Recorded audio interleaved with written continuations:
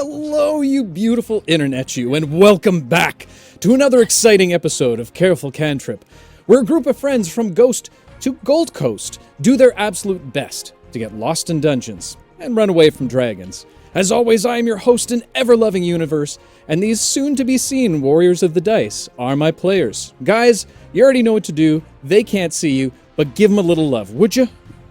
Hello. I'm waving really big. Hype train. That was the saddest hype train ever, but it's all the same. We've got a new trainee for the hype train going, guys, so you got to give them a little bit of time. Anyway, couple announcements before we begin for the evening. First and foremost, we are sponsored for the evening by the lovely Mithril Armory, and yes, we are doing a giveaway, another one of these lovely dice scrolls that you can see in front of me, and I'm showing you on camera because I forgot to set up the battle map accordingly. But if you look at this wonderful battle map. Not battle map. Ooh, scrolly dice thing. And it's got a little pocket right here to put all of your dice in. So, if you want to join, use the command !roll, ROLL. Hold on, I forgot to start the giveaway. There we go. Use the !roll in chat, and you will be entered to win this lovely gift from our friends over at Mithril. Aside from that, other than that for announcements for the evening, as most of you know, we like to be a little interactive on this stream when it comes to our channel point redemptions, but you'll notice that the new channel points redemptions have not been loaded as of yet. That is for a particular reason. We are going to get things started for the evening with introducing some new characters for you all for our brand new campaign that we are starting here today and how. So with that said, channel point redemptions will be enabled next episode. We'll go through all of them, all the new ones at least, next time. How about that? And I think other than that, I don't know if I have any more announcements for the evening. CEO Raina Ray, is there anything that I'm missing or forgetting? Are we talking about the special thing at the end? Oh yeah, we got a special something happening at the end as well that you will have to stick around for. So, without any further ado, God, I've been waiting to say this for like months now. Players, are you ready? Ready? Yes! Ready! And trippers, are you ready? Oh, yeah. Also, yes. Well, in that case, let's go ahead and jump into tonight's episode. Where? Oh, Jess, goddammit, I was doing the thing. Oh. You're very We good. say goblin wieners earlier. Small noise. I'm an Oscar Mayer wiener. Oh, hold on. I forgot to do the one thing. Hang on. Technical difficulties. I had to reset my Well, they computer. definitely heard me say it now. Let's try this again.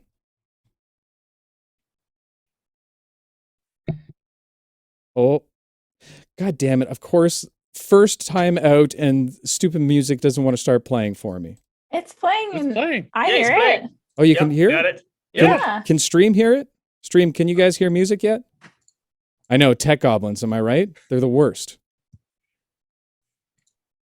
Music? No. Fantastic. All right. Let's go ahead and... Bobby, tell the wonderful people about something. Oh boy, guys. Careful, Go. careful. It is well on its way, and you better hold on to your socks and or stockings. And what can they expect from this amazing Careful Cantrip Platinum that we're not supposed to be talking about right now? Wow. I mean, if I got into it now, there wouldn't be enough time for the episode, but just know that there are things. Okay, and okay, also it's working stuff. now. Shut up, Oh. shut up, it's working now. Shut up. Don't tell anyone, This is what happens when we take a long extended right? break. It's not like we did a whole bunch of one-shots in between or anything. Nope, no. It's not playing yet? It's playing. Get out of here, Rowdy. There we go. Oh. Before we begin, ladies and gentlemen, and children of all ages, Music, no. What? I'm trying to do my Fair. thing. Oh, your okay, thing. they Do can. your thing. Okay, No okay, listener. sorry, Dear okay, Lord. sorry. Okay, I'm done. Professionals. Okay. Jesus Christ. Great way to start it. For this. Okay. Before we begin, I'd like to offer you all a gift. A gift of something of immeasurable value. A gift that has won wars, toppled entire governments, and brought hope to people all around. You see, this gift is something that we've nurtured and held on to throughout all of our civilization. I bring you a simple story. But before we begin that, allow me to welcome you all to the grand city of Dawnsgate, a beacon amongst the people of Wesleyan, the pride and jewel of an entire kingdom, the capital of Dawnsgate, a place where King Logan himself resides over, along with his 5 vassals, the 5 families. From its towering peaks in the People's Ring, all the way down to the lower slums of Dawnsgate, all cultures and walks of life reside in this simple city.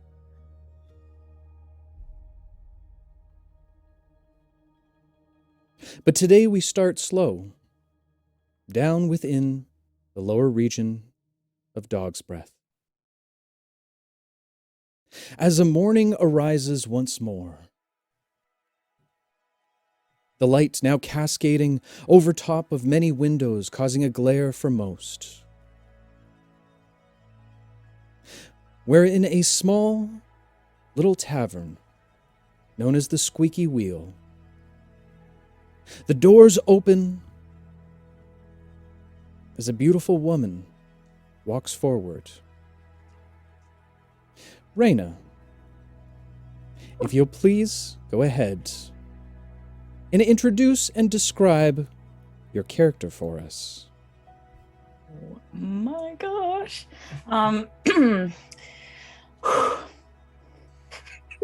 You see a average size human woman. She's got long, wavy, dark hair, but when the light hits it, you see it's actually blue. So it's kind of like almost bluey black.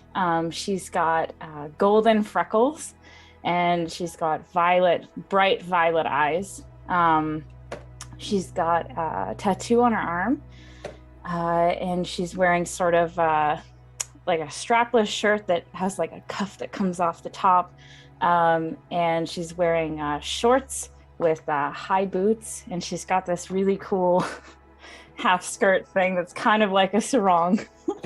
And her colors are sort of like beiges and neutrals, but her cape cloak sarong thing is like a darker red tone. And your name? Her name is V. V, as you simply throw your flask or flagon back into the tavern, leaving behind all those drunkards that didn't seem to stand up to your ways of life. You make your way out onto the cobble steps within Dog's Breath. As you walk down, you see many of the market vendors beginning to start their day, each of them waving towards you, saying hello. There's not many in this area of Dog's Breath that don't already know your name and your exploits. You see, your time spent so far on leave from the airship has been very pleasant for you. You found that even in these rather slummed area of Dawnsgate, many of the people bright and lovely towards you all. As you continue to walk down the streets, a young girl that you've learned her name of Celine runs up to you, carrying but an apple. Hi, V. I brought this for you. I thought you might be hungry. Hello there, young thing. Thank you so much. That's so kind of you. And she'll take the apple. Where did you get the apple this time? Can you keep a secret? Always. I might have borrowed it from the vendor down the street. Borrowed. I like how you're learning. And she'll take a bite out of it. Quite good. As you continue start making your way, the girl follows in tow. V, are you excited about the festival? Of course. Are you excited? Wait, how are you getting into the festival? Well, You plan to be are you my +1? She blushes at the mere mention. All right, here. And she'll hold her arm out as if to link her arm. The young girl reaches up with a small hand grabbing onto your arm as she walks down, holding her head up high along with you, as if a moment of esteem flush over her. Well, I mean, it is the yearly harvest festival. Are you, by chance, going to be performing in it? I should hope so. What is a performance without me? You're very cool, V. Oh, stop. But don't. Tell everyone you know. As you continue to make your way down the cobbled streets, you come across a large seasoned mural depicting what looks like a transgression of one of the Lucrum families. To be exact, one of the younger sons of Lucrum's extended family, spending time in one of the many brothels found within Dawnsgate. You would immediately recognize this as the work of the Band of Liars, a rebel group faction dedicated to the downfall of the 5 vassal families of Dawnsgate. As you continue to stare up, taking it in, knowing full well that these vassals have put these strange requirements on the town, forbidding most to do magic without any kind of sanction. A smile graces your face. However, you do note one thing that seems a bit odd to you. A man you've never seen before seems to be examining the mural in detail. As you stand and watch, the man seems almost obsessed to a point with the mural itself. V will sort of walk around slowly behind him, like a arc behind him, trying to get a better sense for him, and then I guess slowly approach him from behind, and then sort of put her head over his shoulder and say, "Hello, what is it you're doing?" Before you can make your way completely over, you begin to circle around. When a bit of a commotion happens just down the street, a loud whistle is heard, which, needless to say, does not do much for your hangover. But it does draw your attention for but a brief moment. It seems a small parade from a theater group begins to make their way down the street in full costume, jesters, if you will, dancing about, as many of the individuals turn and begin to clap. Celine herself breaks away from your arm and begins to make her way down towards the small parade coming about. Don't do anything I wouldn't do. Which isn't a lot, but I'm supposed to say that, I guess. As you yell this out, you just see a hand pop up and wave. I will, just like you taught me, before she disappears into the crowd. You glance back over to the man in the mural. Just as you do, you see the man look around suspiciously before ducking down a nearby alley. Well, that's interesting. I will, V will, V will go and follow. Okay. While you continue down this alleyway, elsewhere within the city,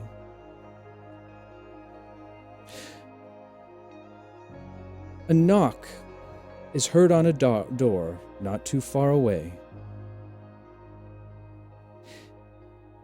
An old woman, human, easily in her 70s, I would say. Short, curly gray hair with very large round spectacles, makes her way up to the door. As she opens it, she sees a very large individual standing in the doorway. Jess, if you could please go ahead and introduce and describe your character for us. Okay, my character is Oxana. She is a Goliath barbarian. She's very, very tall, almost 7 feet tall. She's very muscular and generally a little unkempt. She wears kind of like, I don't know, Bobby, what would you call it? It's like a, not like a loincloth, but help, like a Leather skirt. like a leather skirt. Thank you. And she has tattoos all over her arms and her legs. And the two kind of most prominent tattoos that you would probably recognize is like bear claws on some of her arms, feathers in her hair, teeth and different kinds of things kind of ornamenting her. And yeah, that's Oxana. As the door swings open towards you, Oxana, you see the very kind and familiar face of Maggie. Oh, hey, how you doing, my little Oxy? And she reaches up and tries to pinch your cheek. You've become accustomed to having to bend down a little bit in order to allow this strange custom of the humans. She'll bend down, but she'll do it like awkwardly. She'll be like, yes, good morning, Miss Maggie. It's good to see you today. Oh, it's so good to see you, love. Oh, you get a lot bigger every time I see you. But look at you, wasting away. You got just nothing but skin and bones. What did you say? You're Skin and bones. Yeah, nothing but skin and bones, my girl. Absolutely not. And she'll like flex and her muscles will bulge like crazy. And then I'll like pick her up and like give her a noogie or something. She kind of holds her shoulders up. Child, stop it. I didn't raise you like this. She'll like laugh. Well, listen, I'm glad you came here, my dear. What do you need? I was wondering if you could help an old lady out. Yes, of course. I need to get some of the gooder berries down from the market. And I tell you, my arthritis in my hips, they be acting up without them gooder berries. What is acting what? My hip, What child. you said? My hip's Oh, got the your hip. arthritis. Okay. I will get this for you. What did you say they're called? The gooder berries. Okay. You can write this down, please. You know how I feel about the market. Oh, I'll go write it down. I gotta find some parchment paper. Where did I put my coins? Carlos! Where did I put my things? As she kind of skitters off. From underneath the stairwell, you see the door creak open just a tiny bit. As you see a familiar face that you have grown some level of attachment to. And as he sticks his head out the doorway, Bobby, will you please introduce and describe your character for us? I would love to. I'm playing as Grimoire Celador, and he is a small little fella with kind of patchy white, mangy fur, some Coke bottle goggles, a small flight cap, a peg leg, and a large sort of yellow, almost like a blanket that's wrapped over one shoulder and around his neck. He also has a very large gap in his teeth and a very large fang on one side. And upon seeing Oxana at the door, he will say, "Oh my gosh, is that you, Oxana? Oh, it's been so long. I feel like it's good to see you again." And he'll rush up, and you sort of just hear the as he's running across the wood floor, and embraces her leg. Little man. She'll like pick him up, like gently, but then I want to like toss him up, so he can like hang out on my shoulder. How are you doing? Are they taking care of you here still? Oh, Maggie and Carlos are taking great care of me. How have you been? How are the bears? Good. My mother bear, she's doing good. And all of my brother and sister bears also good. It's Well so fed. good to hear. Yes, it's good. Will you come to the market with me today, little man? Oh, yeah, I'll go to the market with you. Can I kind of hide in the back again? I was going to rely on your people's skills. I guess not. Sure, no problem. I am happy for the company. Me too. Thanks, Maggie. Appreciate it. Oh God, I can't.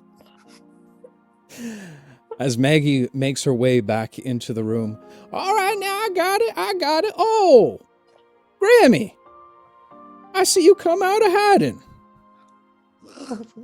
Hi.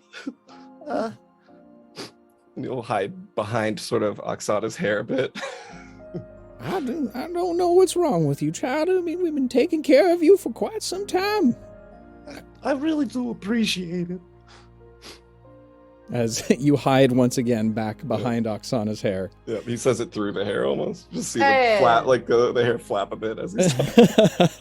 Stop that. Don't be shy. We will work on his confidence. Oh, I trust you, Oxy. I trust you. Well, here you go. Yes. And she walks over very slowly with a little bit of a kink in her walk. She holds up the small pouch of coins filled with copper and silver. Now, I couldn't find any parchment, but perhaps Grammy here can help you out a little bit. It's the gooder berries. You know, the ones that we take for our arthritis. Good berries. You will remember this, little man, yes? Good berries. Oh yeah, don't worry, I got it. Okay. You can write this down or not? Oh, I got a good memory. Okay. If you say so. As you leave the humbled abodes of Maggie and Carlos, you begin to make your way to the marketplace. Elsewhere, not too far from where our adventurers are now, a man sits in a tattered robe, hidden away in the unwanted territory, ruins of the old castle, far away from any prying eyes. Suddenly, a loud rumble comes from his stomach as he pulls down his hood. Rob, if you'll please introduce and describe your character for us.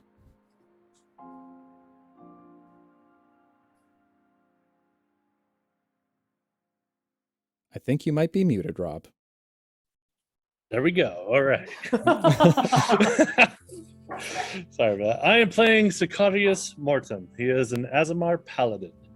What you see is fairly tall gentleman, well built, jet black long hair with deep violet eyes.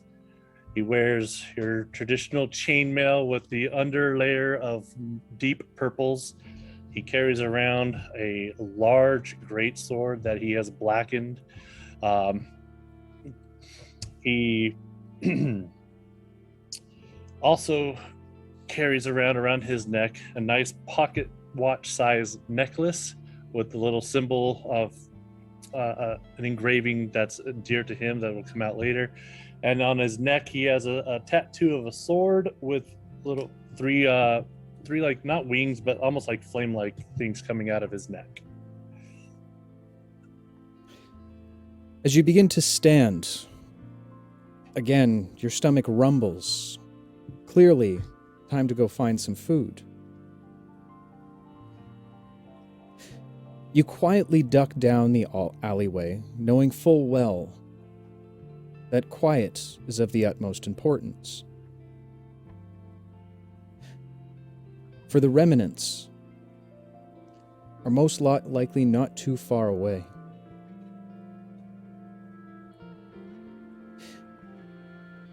As you walk down some of the broken paths, now almost completely overgrown,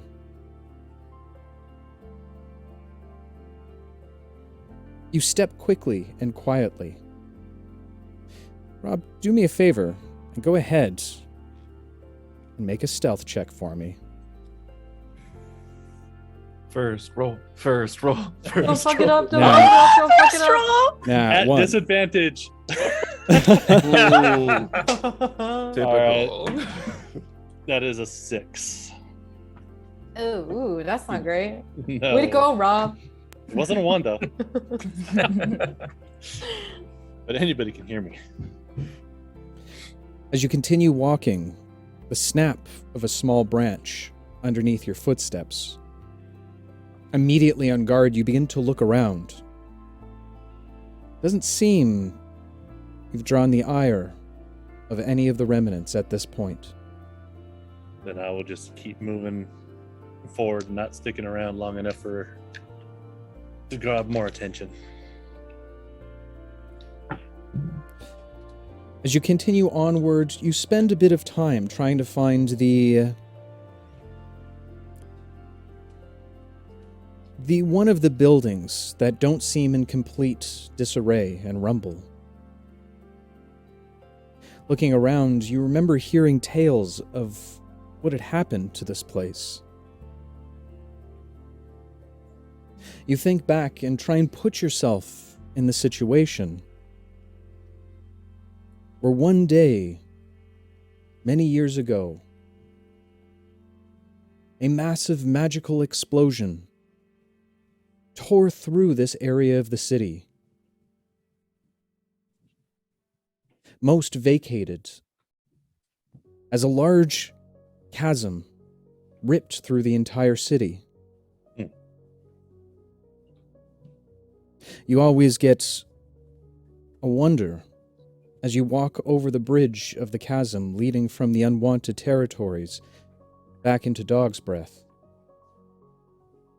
Looking over its edge, what exactly could possibly be at the bottom?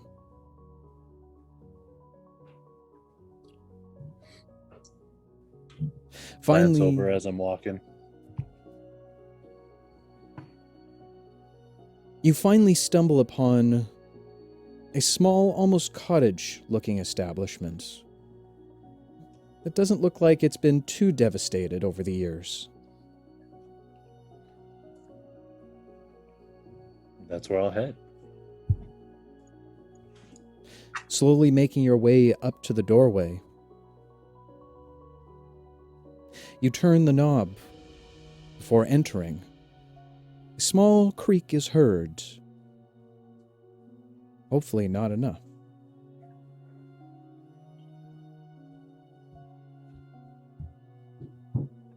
Continue to enter. Okay. Disappearing inside into the darkness, you close the door behind you.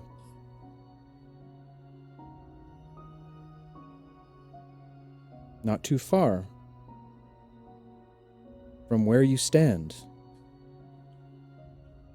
a loud breath is heard.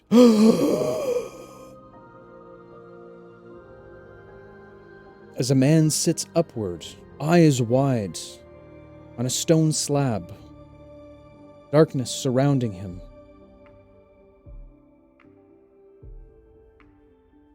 Looking through his attire,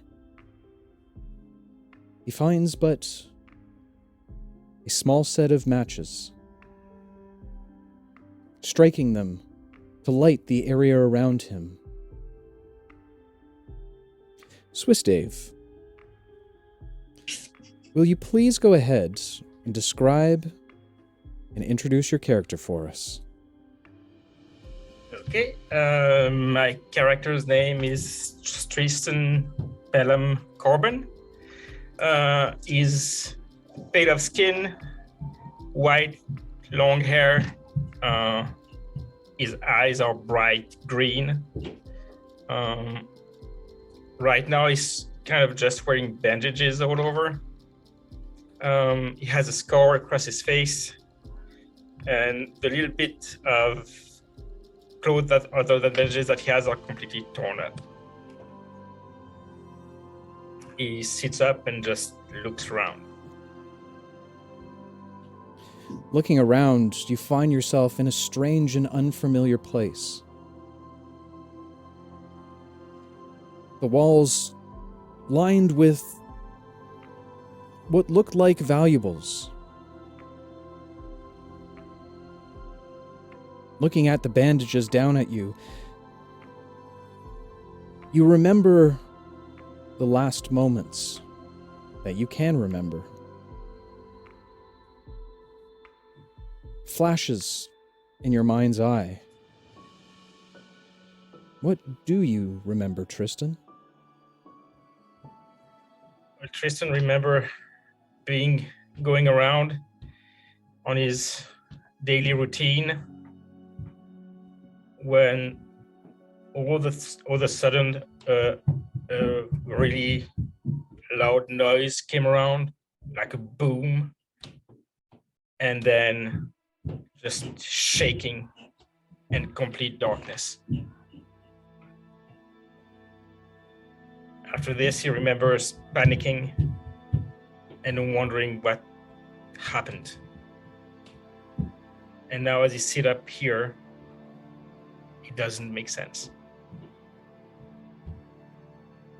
With your head spinning, trying to recollect and figure out what's happening all around you. You remember or hear what seems to be a low voice in the back of your mind's eye. Remember our deal. As you quickly turn around to see if there's anyone surrounding you, you catch just out of the corner of your eye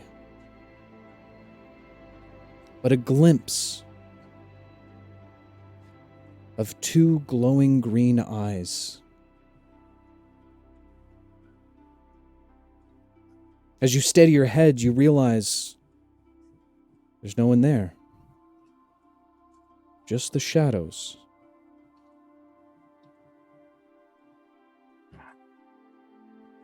I'll probably throw away my match and light the other one.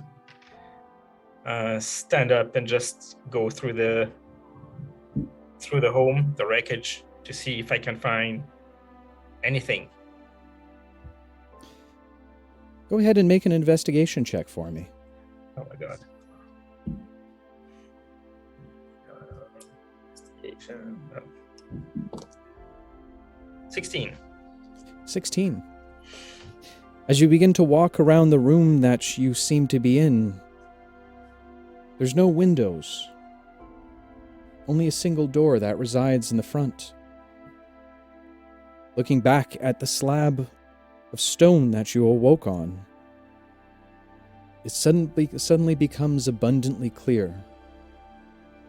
For you have woken up in a tomb.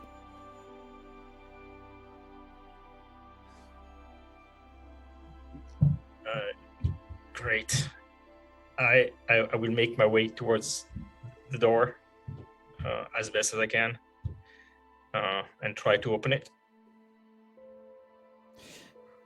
As you push the doors open, a loud creaking noise, as if the door has not been opened for many a decade.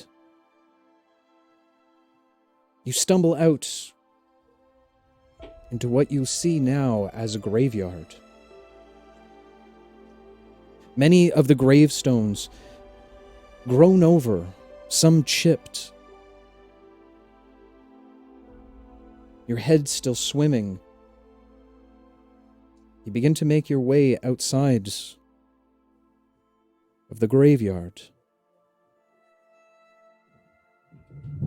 making your way, hopefully, back home.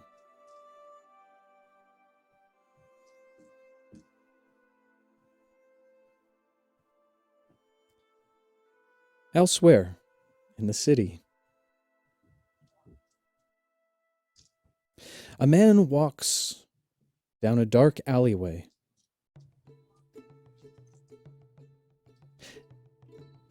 As he does, he thinks of what his mission here is, who he's trying to find. After examining the most recent mural of the Band of Liars, he sees a small wisp of light fly up to the corner of his eye. I think we're on the right track this time. As he turns to address the light, Dag, if you'll please introduce and describe your character for us. All right. In the alleyway, dressed in rather well-worn but formal attire, is a darker-skinned human that wears a regala of a wolf, the symbol of their house, upon their right shoulder, and a kind of a mixed pattern of very, very fine clothing. By their side, they seem to have a kind of like little catch with a book, very, very heavy set book into it, and he wears circular glasses upon his eyes. He looks up to the light and says, yes, no, I thought it was around here somewhere. Hopefully the information we get will prove fruitful. But I can't help but wonder if perhaps this may have been a wrong turn. The lights in this particular section of the city seem to be adversely straying from the path ahead, and might be quite difficult for us to pursue. But nonetheless, I have faith. Of course, there are various people who are meaning ill will, but I'm sure the person who gave us directions here is of right and upstanding moral. I believe it was a left at the apple cart. And there's a certain level of I guess confusion, because while a very intelligent individual, Basil has a tendency to very easily get lost in places. As he moves around, he's also going to keep a lookout and see if there's anyone that he might be able to get directions from. He's been looking for quite some time, and he's not quite accustomed to these areas of the street. All around you, there's no one in particular in this small alley that you seem to be leading down. However, the small streak of light, who you've become quite familiar with,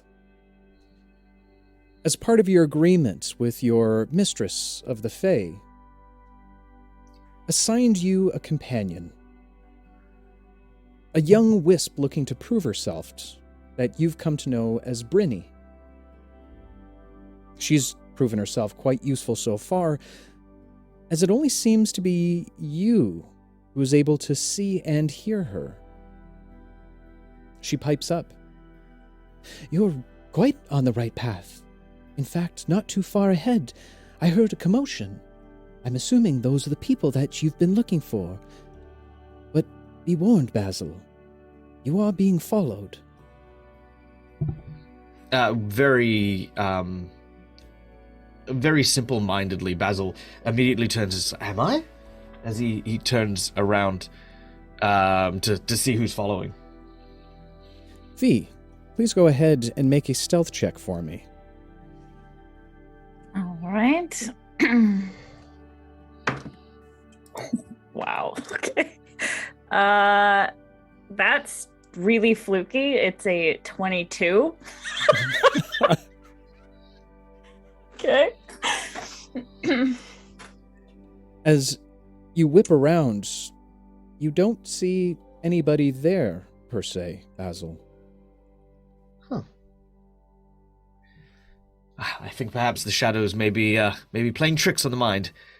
They do that, you know, and some of the greatest stories and tales have been told from what people have seen in the shadows.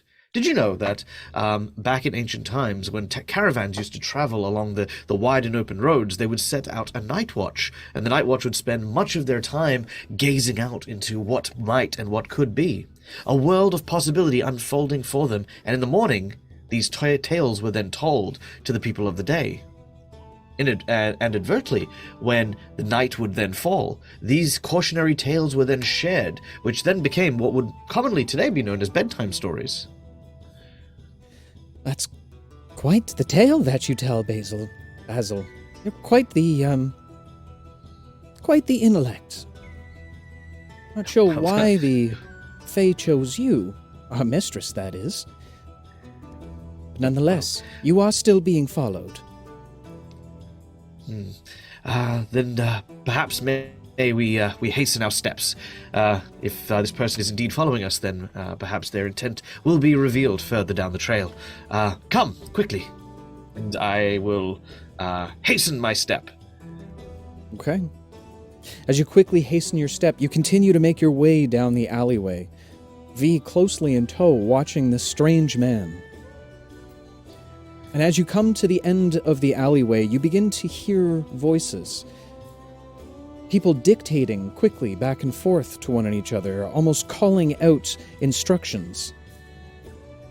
Basil, you stop first as you look to see, and you were exactly right. It seems that your assumptions of the band of liars using some type of distraction amongst the common people in order to pull them away from the next scene of where they plan to paint their next mural. Slowly creeping up to the edge, still staying hidden in the shadows. You watch for a moment before you hear a voice pop over the side of your shoulder. Hello there. You're very interesting. Oh, my word. Well, you're very interesting. You've caught my attention. What is it that you're doing and being so odd? You were staring at that statue. I couldn't help myself but follow you. Mural, but no one's counting. I was indeed being followed. Who would have thought? That's quite yes. Proper introductions. First, of course, my name is Basil, and who might you be, my fair maiden? Oh, my name is V. It's very nice to meet you. 'Tis truly a pleasure. And I'll sort of bow deeply. You must have caught me admiring the mural of the Band of Liars, a relatively unfamiliar structure to myself, but I figured, seeing as I was in the area, that I might stop and enjoy some of the more colloquial sights of Dog's Breath. And, as to my purpose here, for the time being, I am, let's say, acquainting myself with some of the people who may require a measure of assistance. There are plenty of those who are downtrodden within the region of Dog's Breath, and I thought that mayhaps I might lend some aid in a variety of different ways. To enlighten, to inspire, mayhaps even to lend a listening ear. Maybe I'll tag along with you. I certainly like helping people. What kind of assistance are you offering? Well, I kind of try to listen in to hear these the people that I'm listening to, like talking about erecting another mural nearby. Actually, from where you're standing at this point, you can now see them setting up to begin a new mural. All right. And do I know these people? Like, or these just... Make a history check for me. All right.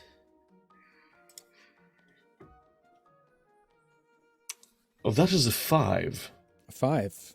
As you glance around at the individuals, none seem familiar. Huh. Well, take these gentlemen here. Using artwork in order to try and express one's thoughts and feelings is a very powerful way to move those that may not necessarily adhere to words and thought. Perhaps maybe we may be able to hear their story, gather their tale, and maybe in some way, shape, or form find out what exactly it is that their art speaks for. All right. V will sort of give you like a squinty eye and she'll say, sure, let's go see what they have to say. You see Basil sort of tuss up his tie and straighten up his jacket as he steps out. He does so quite boldly as to not obviously surprise or alarm these individuals, and will briskly walk up and say, pardon me. As soon as you do this, 2 in the back, you see 6 individuals in front of you now. 2 at the back immediately pull out daggers and thrust them within your direction. You can see their hands are now shaking, clearly an indication that violence is not a tendency. Who goes there? Well, calm, friends. I am no enemy, nor form of authority. In fact, quite the opposite. I am Basil Thorn, at your service, and this is my companion V. Wow, that went quite quickly. We're companions now. Yes, I am V, and she will sort of take her arm up elegantly and present herself. The 2 look over at each other, not sure what to do, until the individual front and center, now canvassing the mural, almost imagining it in his own mind, turned towards both of you. Ah, so you've heard of our little group before then, perhaps? Perhaps. Well, tell me. He puts his hands behind his back before walking to the 2 of you. Are either of you fond of a bit of mayhem? Always. Well, mayhem with purpose. Yes, of course. But of course! Basil, don't be boring. Yes. Well. For my name is Tristan. Nope.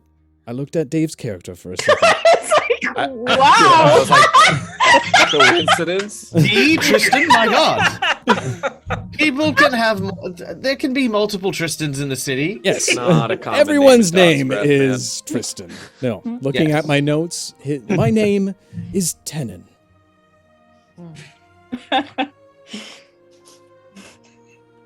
You could say a participant in a bit of mischief and mayhem. You see, we are not too fond of the way things are run around here. You might have heard on whispers of the wind.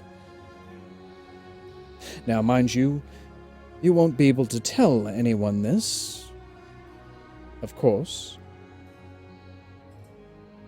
Oh, your secret's safe with me. You barely know who I am anyways. It will be fine. Don't worry. Plus, I don't like how things are run either. I think we'll get along quite well. Very good. And I too believe that there are things that can definitely be changed in the hierarchical systems that exist within the city of Dawnsgate. Like-minded group of individuals, I see.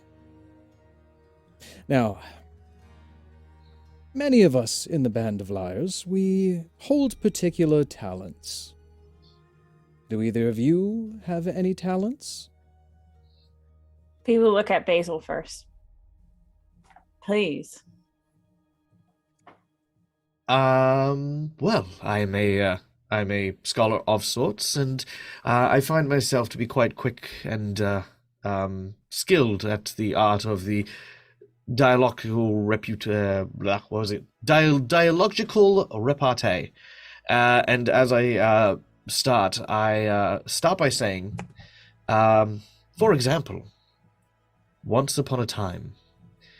And as he begins to speak, the pages of the book begin to glow, and he reaches down with his hand, and you watch as the book sort of floats into his palm.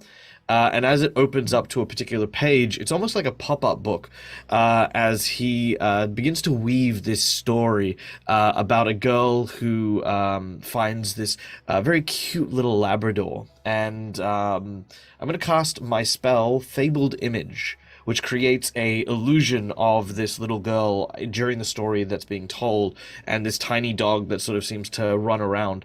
The image is very vivid and very realistic, being almost like an augmented reality type thing, where the girl is looking at people and moving around to places. And at the end of the story, Basil sort of gestures his hands, the books close, and the effect will vanish. How very interesting. And a rule breaker, I see. I'm sure you're well versed with the laws of this town. But of course. And yet you perform magic here anyway. Those who seek to first change what is within themselves. One cannot see if one's eyes are shut, and one cannot fight if one does not wield the tools of being able to stand for those things that they believe. While I may not necessarily have the brawn and strength that some may to use sword and shield, as I mentioned, there are other tools at one's disposal. Interesting. And you, my dear V? Well, I don't like being limited by one type of entertainment. I am just an entertainer myself. I'm quite a people person, in a way, I'd say.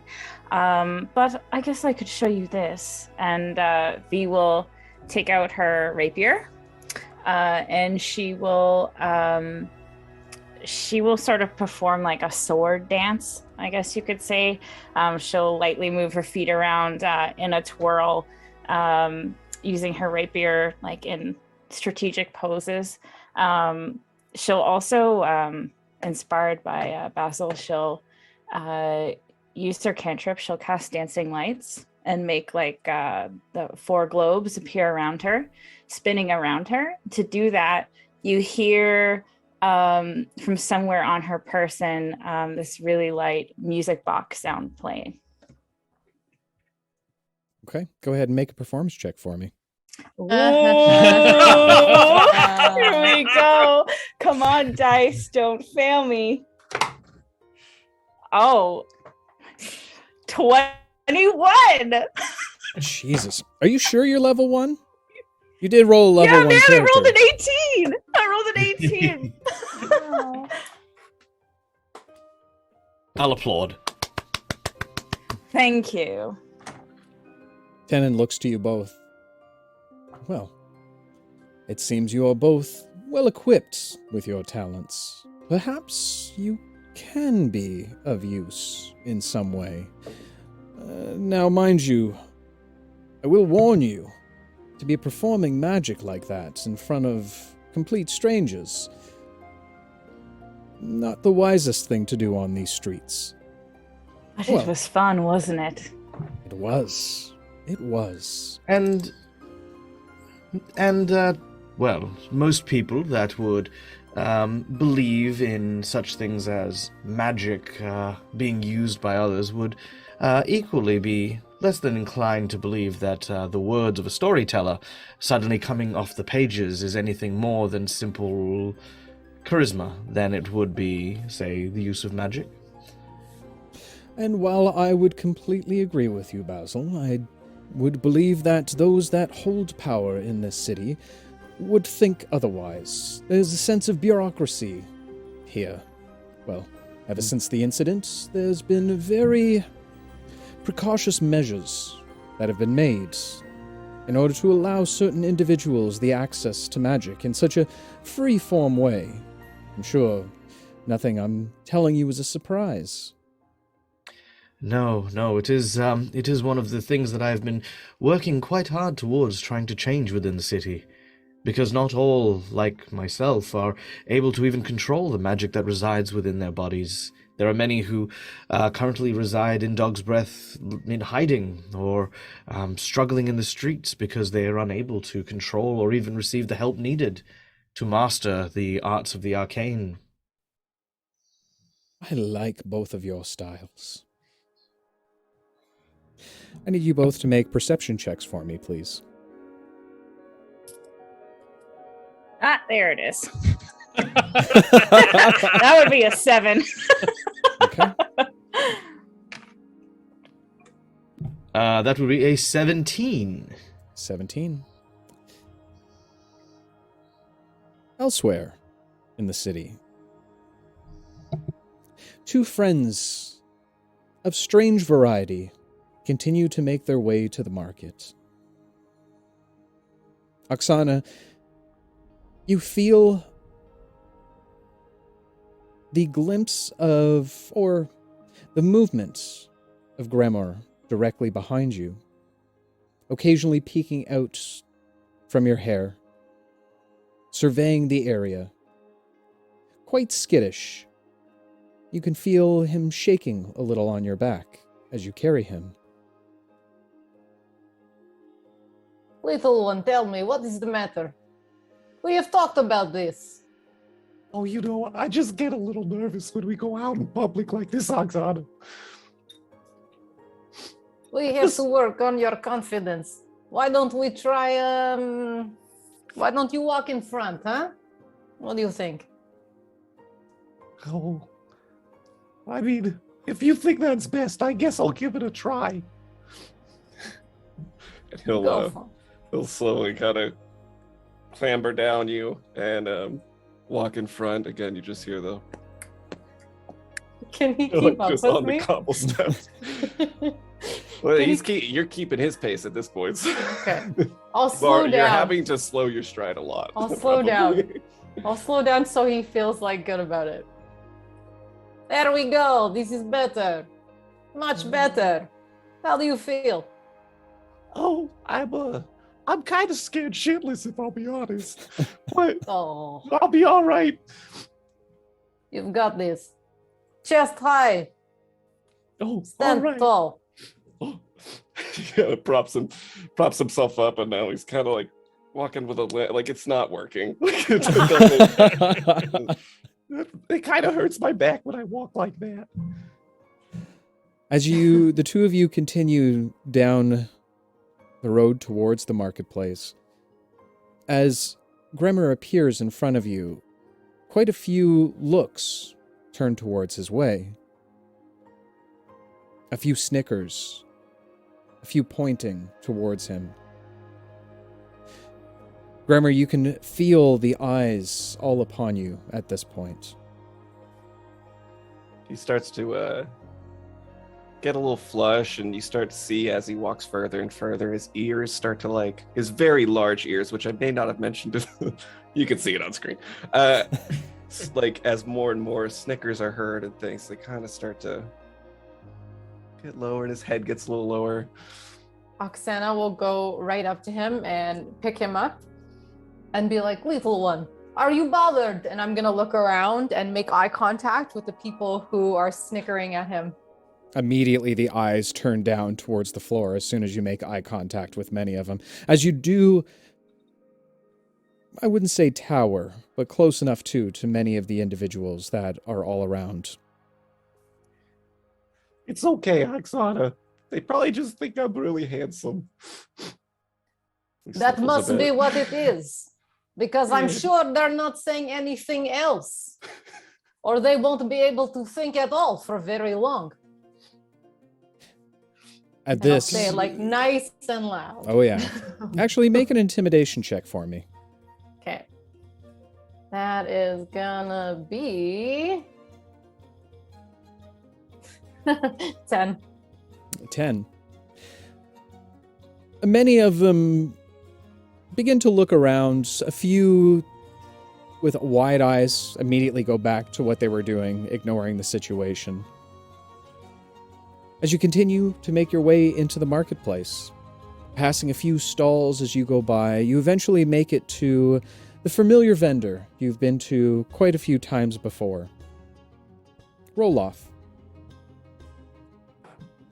As you approach, my friends, it's so good to see you.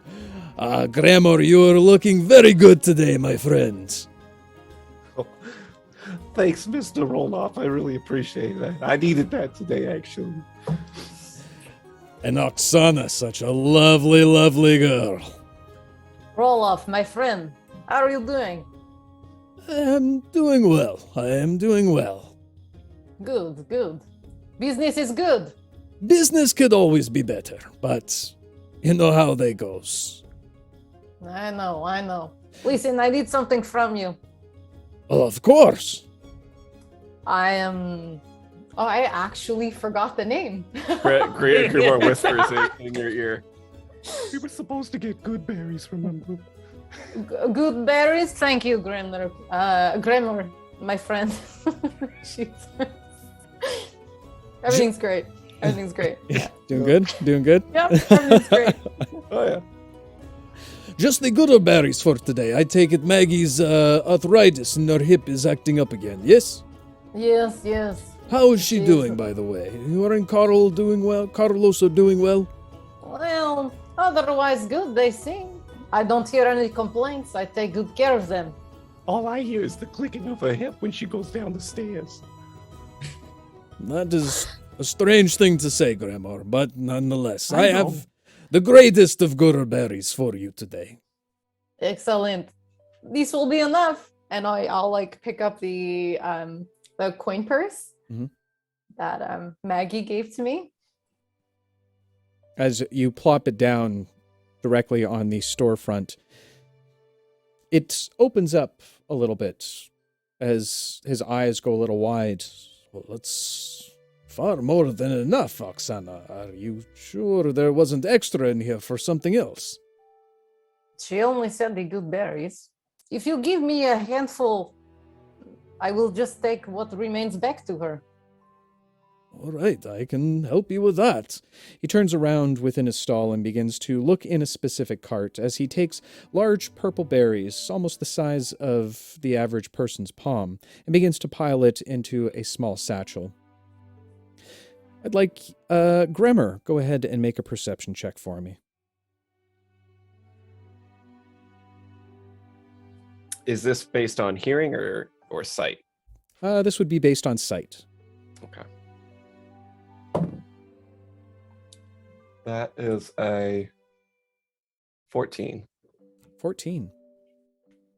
As Oxana casually throws the pouch of coins down onto the tabletop, looking around, you see a few individuals glance over at the heavy pouch that she's just thrown down.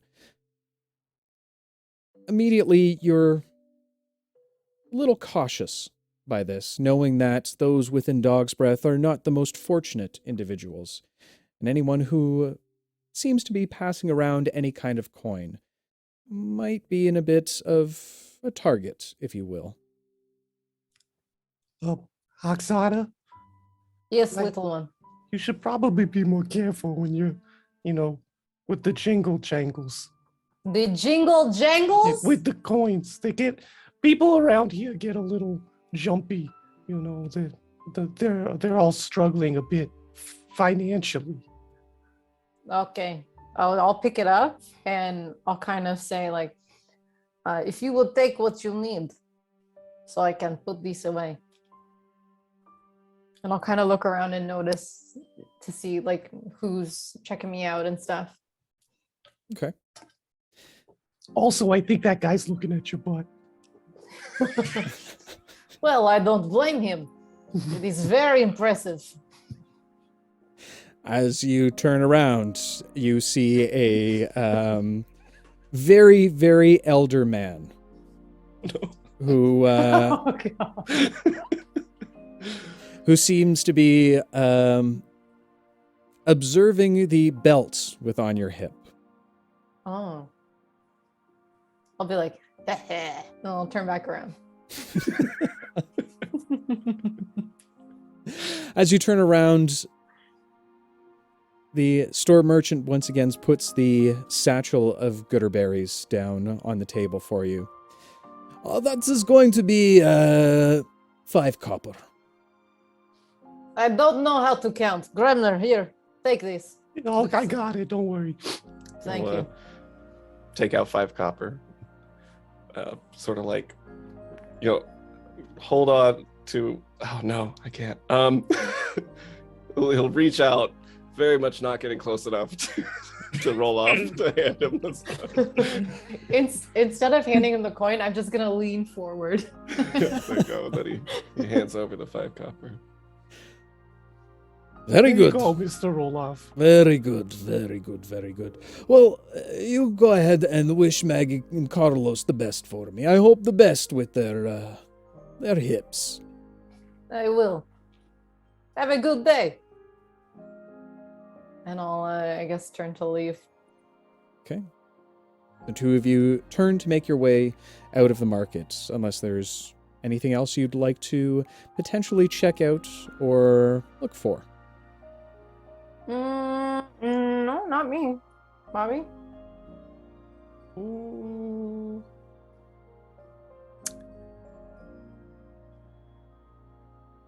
No. What Okay. suspense. Amazing. Okay. Yeah, leave him wanting more. Okay. As you begin to leave the markets, you find that there's a few individuals that seem to be crowding around at this point. Not directly around you. As you approach, you find a beautiful dancer who seems to be completing a street performance. I will pay no mind. If Gremmer wants to stop, I'll stop. Tremor's absolutely rubbernecking a bit. Oxana, will you look at that? That's fantastic. Look at what? And I'll like oblivious and then kind of finally The see woman what he's over there, talking she's about. dancing. It is fantastic. I wonder if I'll ever learn how to dance. What are you talking about? You are an excellent dancer. But, well, I mean, I'm okay. Just gotta push a little bit. This is very impressive. As you stop for a few moments and watch the dancer continue. Oxana, go ahead and make a dex saving throw for me. Oh shit, okay. 10. Getting stabbed in first session. With a 10, you would feel a little tug on your belts. I will turn around and go for the throat of whoever's tugging on my belt like this. Okay. Just fast. Shoop. All right. Go ahead and either make a athletics or the other one. Athletics. No, athletics or acrobatics check for me. I'll do athletics 8. Oh my god, my rolls are so shit. I'm so scared. Go to level 1. You try and spin around as fast as possible to reach out But you just miss the individual as they pull the coin purse from your belts and begin to making their way quickly off into the crowd. I will say, little one, hold on, and I'm going to bolt after them. Okay.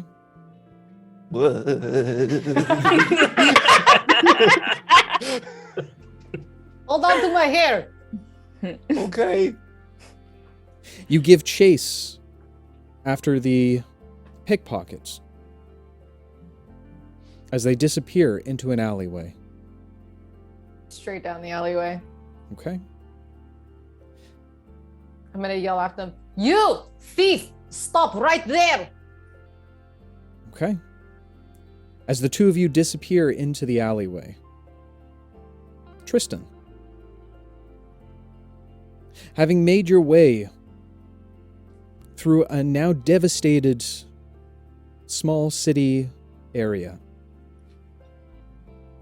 seeing many of the homes, establishments that you knew from long ago, now almost completely in rumble, you finally make your way to your home, which seems to be in decent shape. A small cottage-looking structure. As you begin to approach, you hear the slight sound of someone moving around inside.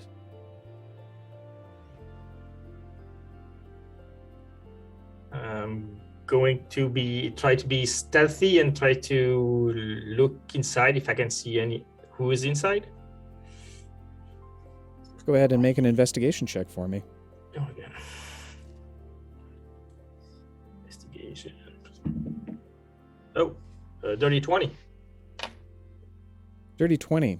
As you peer into one of the windows, wiping it fairly clean from years of grime, you see a tall man with jet black hair, a tattoo on the side of his neck, rummaging through what looks like some of your personal belongings.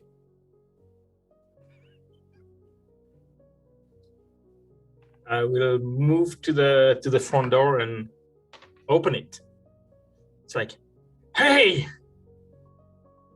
this is my place. Who are you? Sicarius will immediately jump back or like get in a defensive, I suppose. Like, pardon me, I did not know this house was occupied. I'm just looking for some food. I apologize.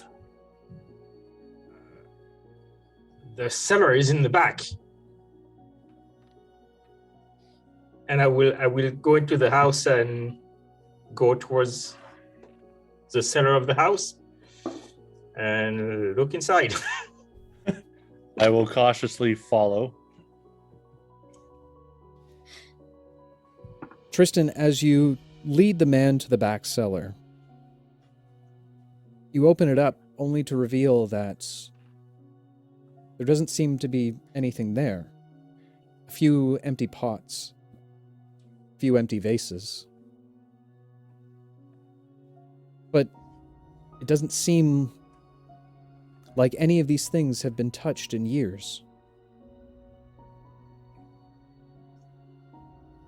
I will have an air of panic on my face and just like take a step back and turn around and look at the man behind me. Is like, what happened here? I'm sorry, I don't understand. This place has been abandoned. Well, so I thought. That's why I came here for shelter and some food. When was it abandoned? I can only assume. Was I around around when the explosion all happened? High or low for your benefit?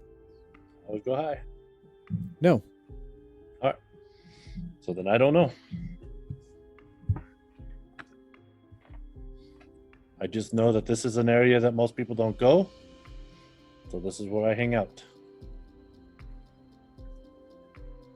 I will kind of turn my head and start thinking, and I would make my way to my room to see if some of my belongings are still there. Promise I did not take any of your stuff. I was strictly looking for some food. I'm half not listening to what he's saying. Sicarius, as you continue to look around, you do find, strangely enough, a small water sack that you eagerly raise up and take a quick drink. Okay. Thanks. Cheers, everybody. Much appreciated. But I need food. As you continue to watch the man, you find it odd. He seems to be dressed in attire that the city hasn't seen in many a year.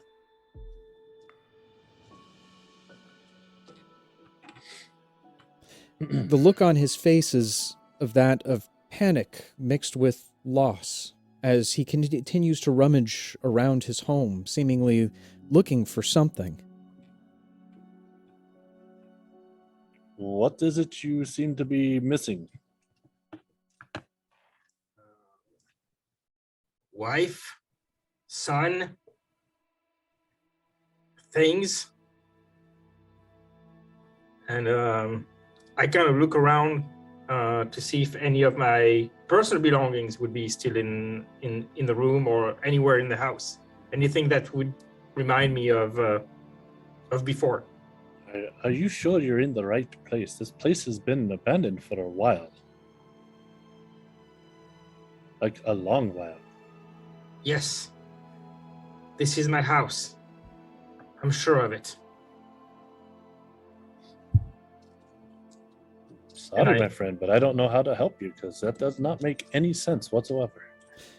Sicarius, you would remember, as most people do from the city, that this area has been abandoned for the better part of 100 years.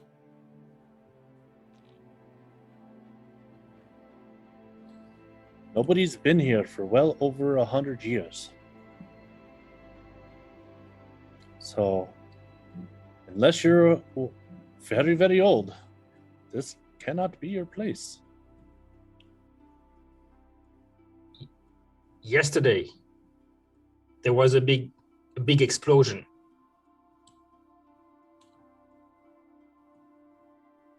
And then I woke up this morning, earlier. I came straight here.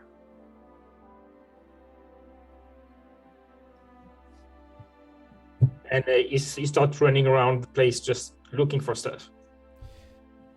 You watch, Sicarius, as Tristan begins to tear through a few things. Running upstairs at one point, he stops within a particular room. Tristan, looking down on the floor, you see a dust-filled floor. A small bed over to the side corner. And directly in the center of the room, a small bear, a small teddy bear, coated with dust.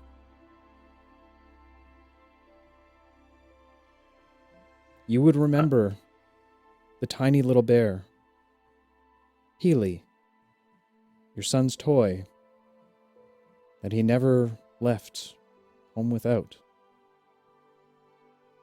I would make my way towards the center of the room and fall to my knees.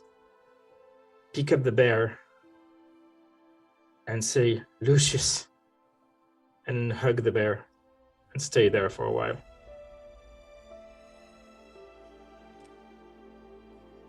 Sicarius, as you finally start to realize a bit of the situation, albeit confusing, you hear the soft sound, a horrible sound you've heard yourself before, coming from your own voice. Sound of a man weeping over something he's dearly loved and dearly lost. Silence fills the room as you watch this stranger in front of you.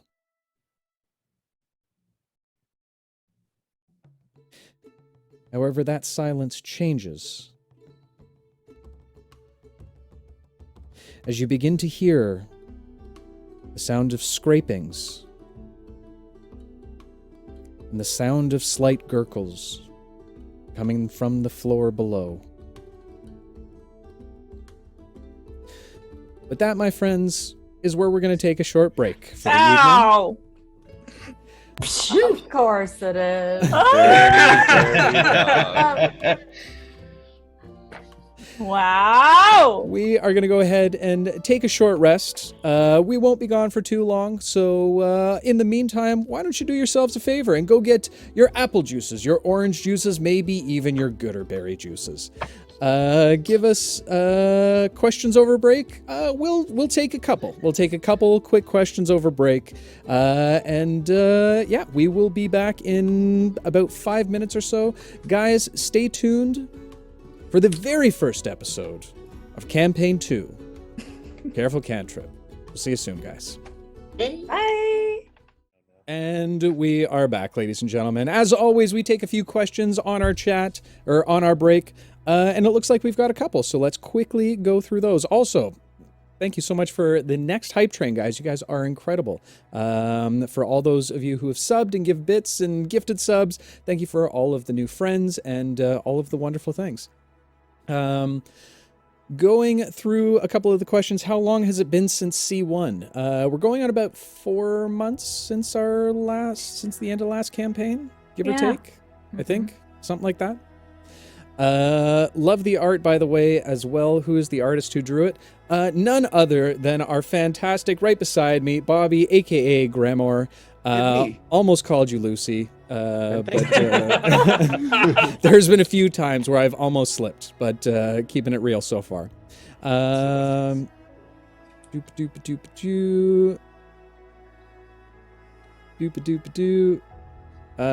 I have no idea why using magic is not okay in the city. Well, you will learn very soon, OG Lava Kitty. V, are you excited you can perform better than Alara? Yes, it's so satisfying. And it was really sad that I didn't get to curtsy today. But that's an Alara thing, so I have to watch C1 for that. Yeah, spoilers. So is he a hybrid bat? I think they're talking about you, Oxana. Yeah, Oxana, are you a hybrid bat? Am I a hybrid bat? Are we sure that one's for me? I'm assuming that's directed at me. Yes. Yeah. And I don't even know what I am, so there you go. Complicated. Perhaps we'll find out later. Wonder how far they are with redoing the opening sequence for C2. Well, stick around, Powers. You might want to hang out. A Babbit, I like that. Question for everyone: what inspired you to play this particular character? Quickly, Oh my God. Bobby. I wanted to be weird as shit. Next. Raina. I wanted to challenge myself and play a character different than Alara. Deck. I wanted to lie to a mass group of people I've never met before. No one knows who, what, or where I am. It might all be true. It might all be a lie. I want you guys to not know anything about me ever. Swiss. Because I'm the way I am. That's Oh no. Oh no. Jess. I wanted to be strong and punch things. Rob. Paladins are my favorite character, and I've been sitting on this one for over 2 years. Yeah, Wanted to play it's true. Very true. Swiss, being a warlock, how long do you think you can resist wanting to kill everyone? I will not kill anyone unless Dave makes me kill anyone. Someone. Why do I have to make you kill people? You do that on your own. And last but not least, are you guys doing Talkative tomorrow night? Turn that over to you, Raina. Unfortunately, somebody got their schedules crossed. I'm so sorry, guys. There will be no talk Artem tomorrow. Yeah. But I will make it up to you somehow, some way, or you'll forget, and we'll be fine either way. So there you go.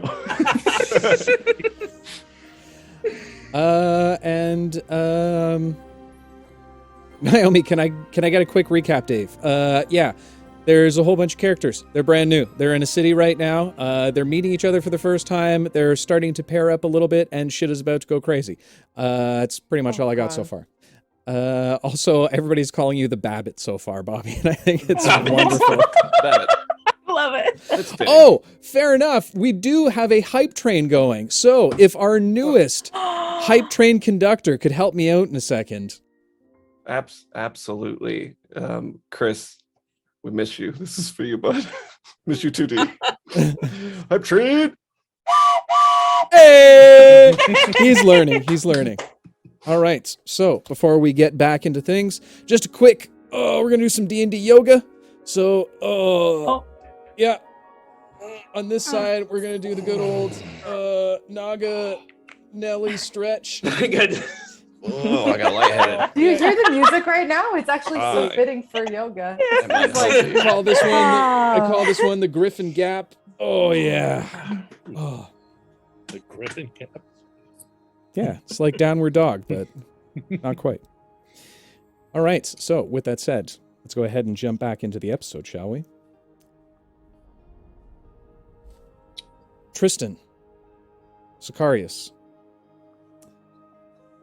as you continue to look around while Tristan begins to compose himself on the floor, the growls and snarls start becoming louder and louder, Sicarius. What would you like to do? Did you have a pet that you don't remember? No.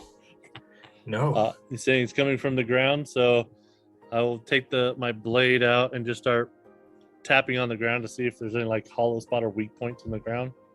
Well, right now you guys would be on the second floor of the building. Oh, okay. So we're hearing it from underneath, all right. Yep. Well, it appears we're not alone.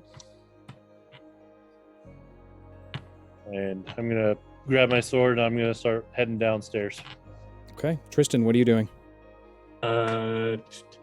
I will go to what used to be my room to see if I can find any of my old stuff. Yep.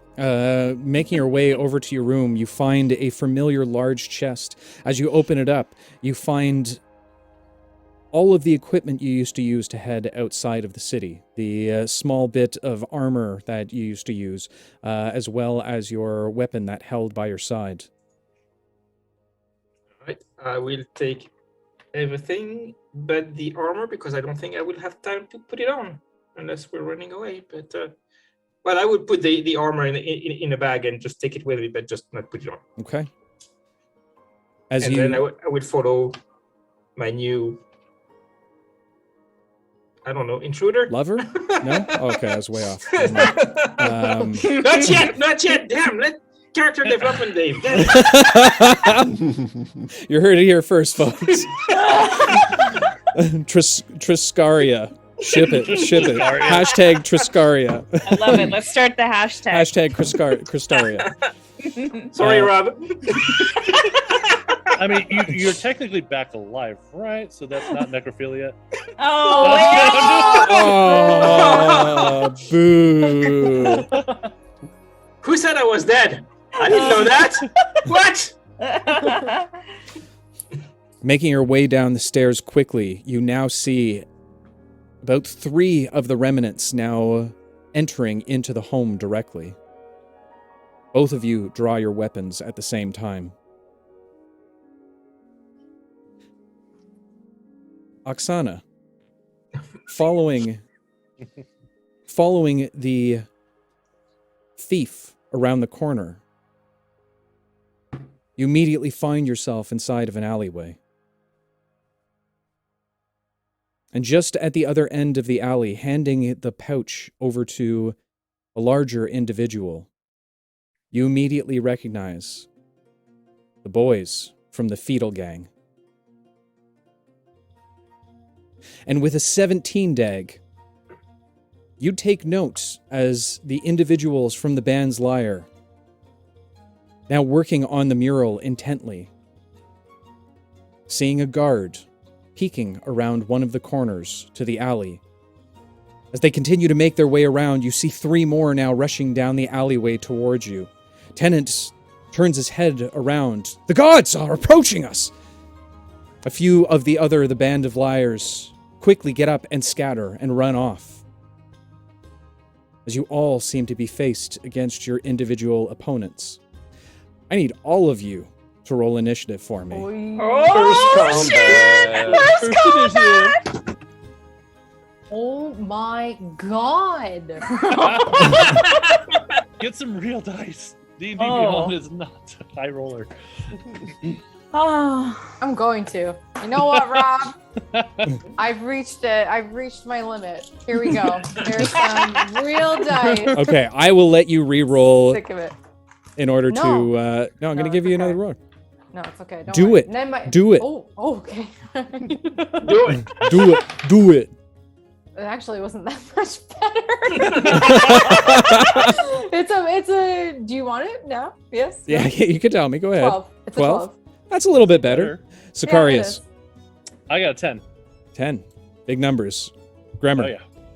18. Wow, nicely done. V. that would be an 8. An 8. And Tristan. 14. 14. Basil, if you would like to go ahead and re-roll on regular dice, you're welcome to, or you can keep that one. I can re-roll. Why would I want to? But what are you implying? I mean, I feel like so you can keep that one, or oh, you know what? I'll roll on my my lovely new dice here. Okay.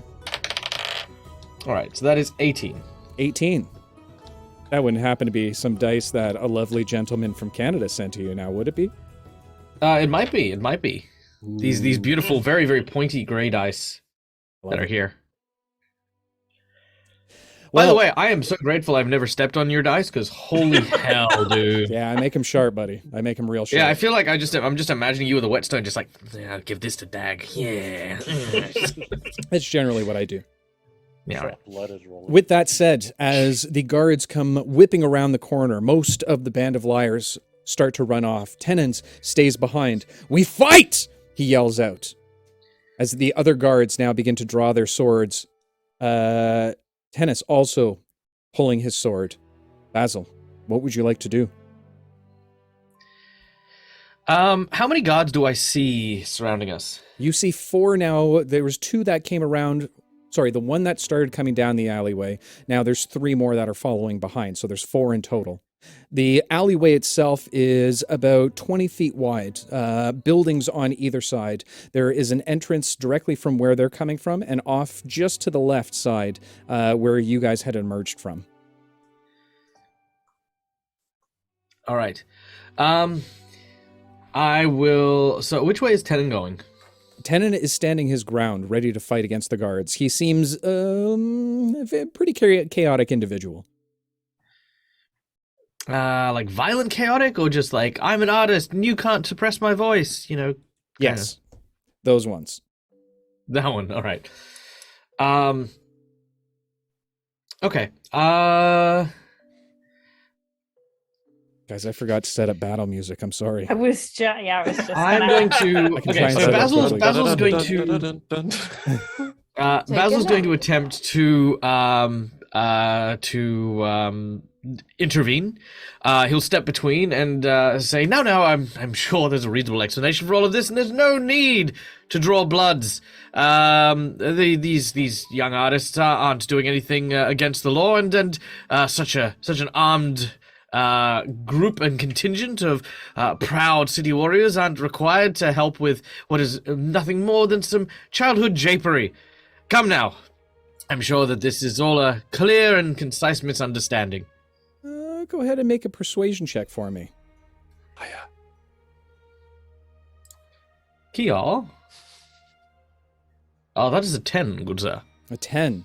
The guards stop for a moment as they consider your words, but Tennis doesn't seem to be appealing as he rushes towards the guards, now looking and seeing that they too are in danger, and begin to make their way towards you. Is there anything else you'd like to do on your turn?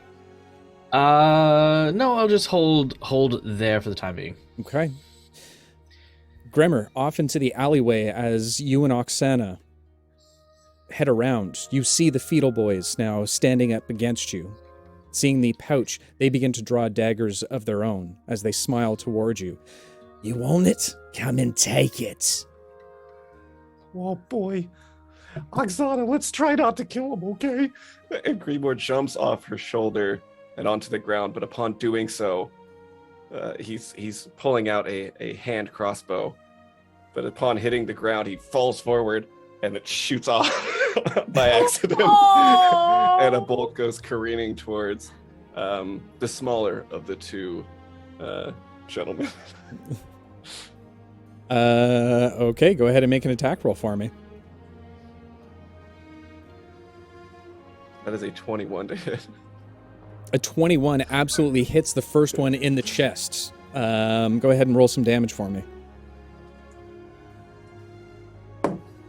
Oh, only 4 points of piercing damage. Okay. As it pierces into his chest, he kind of gets pushed back a little bit as he falls back into his band of brothers. They hoist him back up.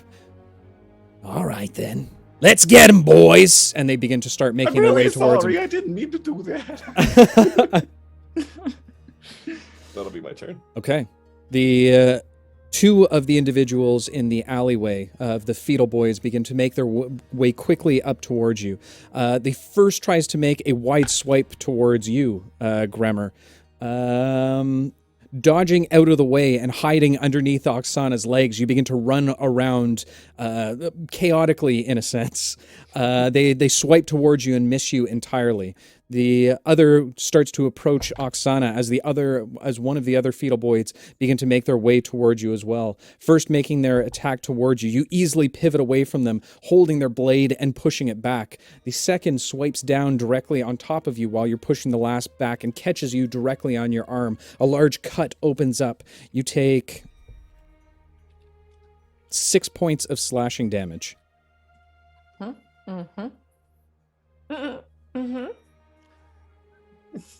No problem. That's a lot. That would kill a wizard. That's a lot. No problem. Everything's good. Everything's great. I have like 10 hit Nothing points. to worry about here. Welcome back to level 1, goobers. The guards, now in full effect, begin to rush towards, God, I gotta remember your names, Basil and V. The first one approaching, actually Tennis is taking attack against him. Tennis is easily able to parry the dodge and thrust back towards the guard, piercing him just off to the side. Two more begin to approach towards Basil and V. Now, you wouldn't hit a guy with glasses, would you? He had that one in the pocket ready to go. I did, the whole time. That's it, the character is done now. Achieved. Kill him off, Dave, whenever you're ready. Yeah. V, as the first approaches you with a sword, it swipes down towards you. You easily, using your dance technique, float around him like that of a butterfly. Moving around, he misses you entirely. You see the other now rushing towards Basil. As you do, you stick out your foot just as he begins to swipe down on him, tripping him entirely. He rolled a nat 1 as his sword falls out of his hands as he falls directly prone face first in front of Basil. Oops, what a pity. Are you all right, sir? I'll be fine. I'll be fine. Wait! You're the enemy! Tristan and Sicarius, you begin to rush down the stairs as a small pack of the remnants now begin to enter. They look like that of humans. However, their humanity has completely left them at this point in time. Sicarius, you've come across this a few times, easily able to determine those who are part of Lazar's sanctuary. They begin to rush towards you looking for blood. God damn.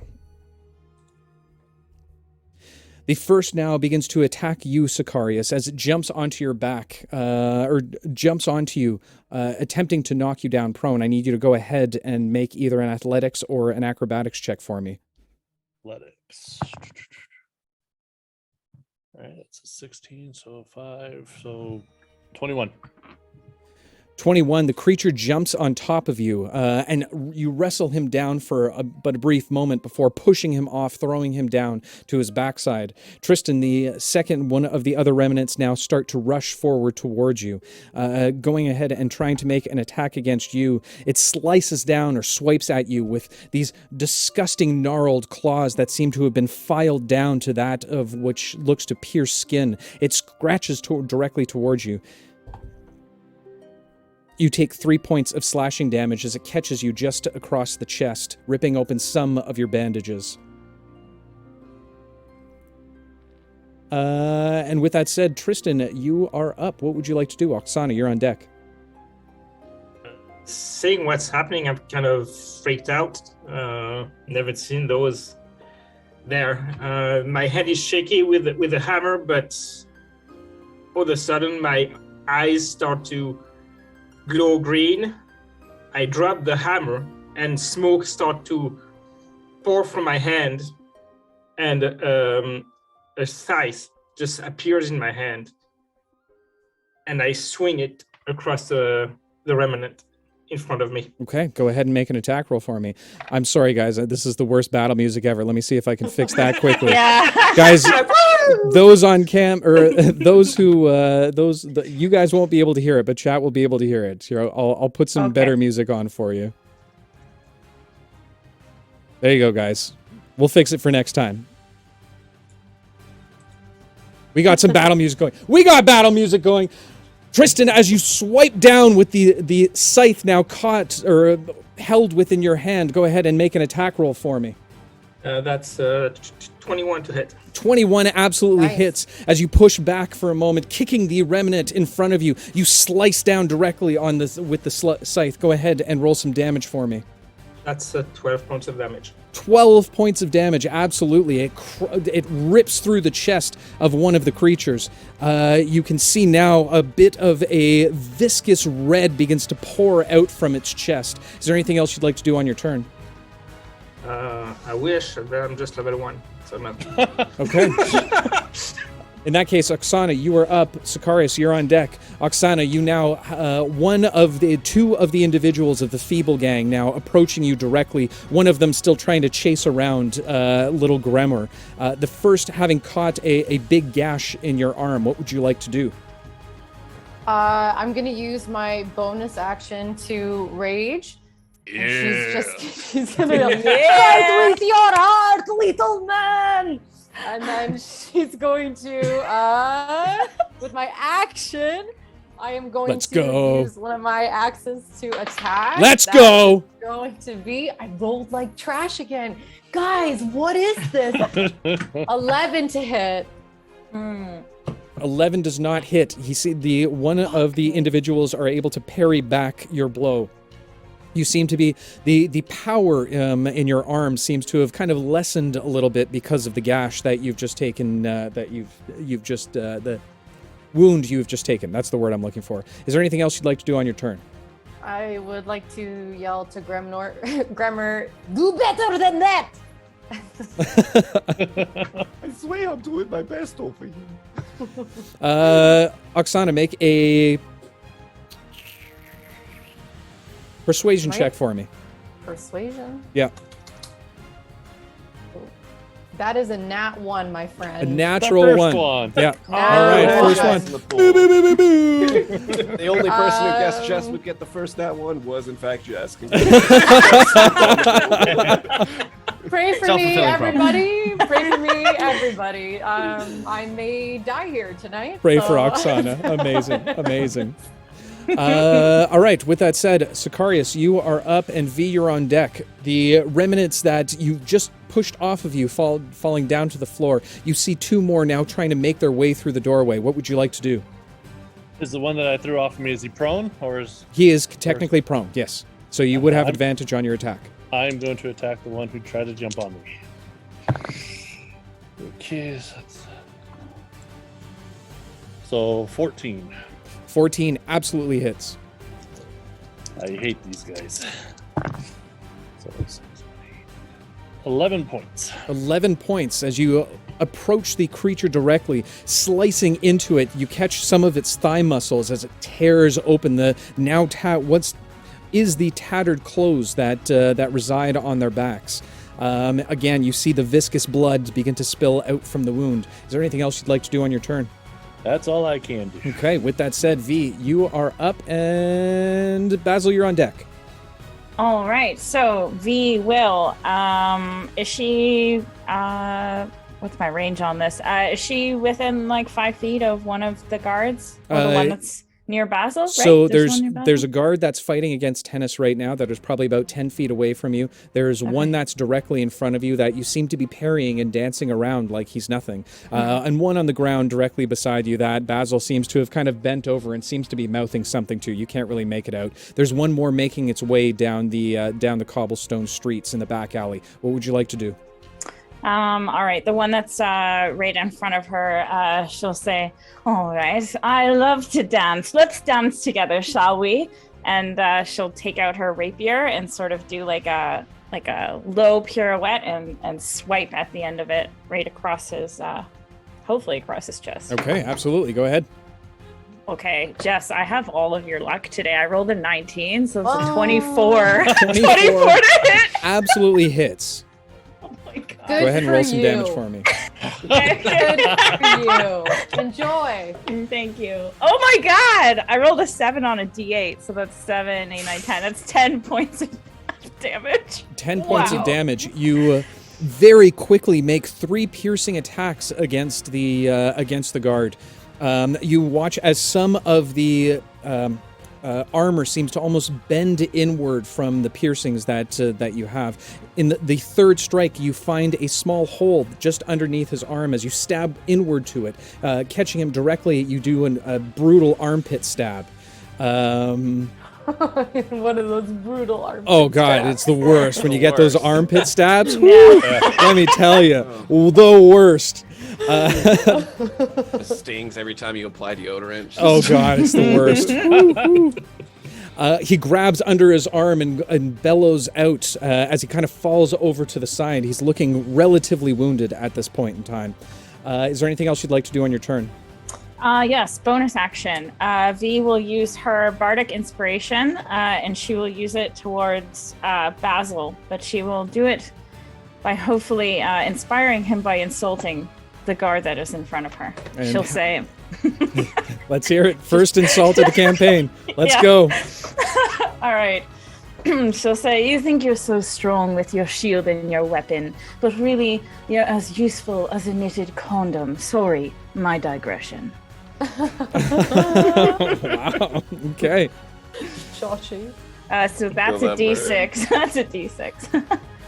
All right. I'm not sure how. Oh, a d6 of damage? No, Of sorry, it's inspiration. inspiration. Oh. So for Basil. Okay. Basil, you now have a d6 of inspiration. With that said, staring down, you catch just a quick wink from your newest companion, V, as you kind of tilt your head upward, seeing this useless guard on the ground. Ten is still facing off against one of the other guards, while one now holds onto his armpit from a brutal armpit stabbing. Another guard now seems to be making his way closer to you from the back of the alley. What would you like to do? Grammer, you're on deck. All right, so Basil leans down, he sort of crouches down, and offers his hand to the guard. He says, "Oh, now come, see? An enemy is just a friend whose story we have not yet understood. There's nothing to fear here." And I reach out to try and help him to his feet. Okay. Does he reach back at all? He kind of looks up with confusion as he reaches out to grab your hand. All right. As this happens, there's this kind of very gentle smile that's on Basil's face as he looks at the guard. And as this happens, all of a sudden, twisted around his back, the shadow of Basil starts to shift and transform. And what you originally see as the shadow of Basil against the morning light suddenly transforms into a black, matted wolf. Glowing, gleaming red eyes, salivating teeth suddenly almost rise up out of the inky darkness. And as it does so, this wave of abject terror suddenly blasts outwards. I'm going to try and get as many of these guys in this as I can, but only they'll be able to see the shadow. Okay. What's the range? They'll need to make me a wisdom saving throw as my living shadow attempts to literally scare them to death. What's the range on that? 30 foot. 30 feet. Yep, you can absolutely try and attempt to do it. You need wisdom saving throws. Not that one. Okay. Jesus. I feel like Jess tonight. 3 of the individuals look up and begin to cower based on the frights that they see. V, you now, the individual that you were just fighting with kind of looks up in terror. You see his eyes grow wide as you peer back and see nothing there. The other 2 now, the one that's running down the alley quickly looks and just turns around, nope, and starts to make his way back out of there. The only one who saved was the one who seems to be completely engaged with tennis at this point in time. Okay, so the ones that failed take 3 points of damage and are now afraid of me. Okay. And the one who succeeded takes 1 point of damage and is not afraid of me. Okay. Can I also say I'm just very, very happy that Dag has joined the cast after that kind of description, ladies and gentlemen. Yeah. We picked a good one, sir. We picked a good one. The individual who is standing in front of you quickly pulls his hand away and kind of skits back on his butt and starts moving backwards or trying to move away from you at this point. The demeanor of Basil himself doesn't change. He just sort of still smiles that very, very warm, very, very like kind of scholarly smile, and starts to very slowly walk towards him. And as he does so, you kind of almost look as he's looking down his nose at this guy now, and he says, "Oh, come now. You're one of the upstanding guards, aren't you?" He lets out a very womanly scream as he tries to get to... Yeah, close to that. That's a good one. You should consider voice acting, Bobby. As he continues to skitter backwards, what would you like to do? That's it. I'm just scaring him for the time being. Okay. The guard with the brutally pierced armpits slowly makes his way over, helping his friend up as they begin to run back down the alleyway. V, you'll be able to get an opportunity attack to one of them. You can attack the injured individual or the non-injured individual. I want to kill a guard. Yes, you want to. Do I want to though? I don't know. Just go non-lethal, non-lethal. Okay, yeah, that's true. Can I take my rapier on this and sort of like twirl it around and hit him in the head with the handle of it? You can certainly try. Trademark. Okay. All right. Don't sue us, please. I don't think we... Matt Mercer, if you're watching, it's just a great line, buddy. That's a 10. That's a 10. A 10, okay. As you attempt to kind of swipe towards the guard, he quickly is able to move out of the way. He's fucking full board and out of there at this point in time. He wants nothing to do with this alleyway anymore. The guard that had started to make his way down just, nope, turns around and begins to run off. The only one still there seems to be the one fighting off against Tennis. He's going to make another attack at Tennis. And as he does, he catches the man directly on his forearm, tearing a huge chunk directly out of his arm. You watch as blood now begins to pour down onto the concrete in front of you, dripping down, the viscous. The fetal boys are now going to go ahead and continue their attacks on both Oxana and Gremmer. The one chasing Gremmer around seemingly trips over his shoelace, falling to the ground with a natural 1. The other two are going to try again to make 2 attacks against Oxana. Hey, why? Because you're big. The first is able to make the attack and catches you just off guard as he pounds down on your back with the butt of his dagger. The other, you're able to parry out of the way. That is going to be 2 points of damage as you catch it just on the back of your neck. You watch as kind of stars now cloud your vision and get a little bit blurry from the impact of the blow. What kind of damage is that? Bludgeoning damage. Mm-hmm. Oh, nice. Right. Yeah. Thank God. Okay. The creature that stands in front of you, the remnant, Tristan, gives off a loud screech before attempting to pounce at you once again, even in his wounded state. That's going to be a 14. It is going to once again make a claw attack against you with 2 points of damage as it catches you once again. Sicarius, the two creatures now making their way in through the doorway. First is going to make... God damn, my rolls are horrible today. Good. Okay, just relax, Jess. The first attempt is going to try and... Oh, right, Cross the Streams is absolutely correct. Your damage is halved because you're raging right now, Jess. That's correct. Okay, just so you know. Yeah. The first is going to leap over the one on the ground and once again try and grapple you and push you to the ground. I need another contested check. That'll be 15.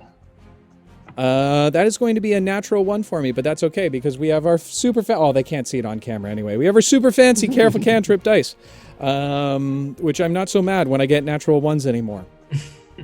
As it jumps towards you, you're able to push it off to the side as it flies off to directly behind you. The second is going to also try and make an attack against you. That is going to be a natural 20. As it comes down with 2 arms, as the other flies over your shoulder, comes crashing down. As it does, you take 6 points of slashing damage. All right. I'm like, I'm dead. 6 that hurt. With that said, that is going to end the enemy's turn. Tristan, you are up. Oksana, you're on deck.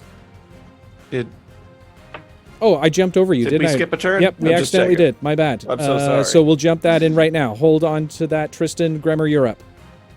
All right, so Gremmer still kind of running away and then looking back and noticing that the dude tripped, but that Oxana is heavily bleeding.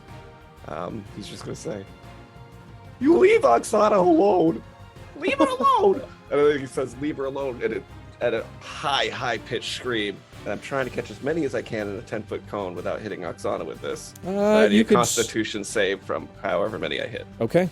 So there's 4 individuals. You can probably, based on where you're standing, it's not a very wide alley that you're in right now. You can probably hit all 4. First roll is going to be an 8. Sorry, what did you say it was a save? Dex save? Constitution saving throw. Constitution? Okay, they have 0 con anyway. First is an 8, second is a 9, another 9, Jesus Christ, and a 15. The 15 passes. Okay. The other 3 take...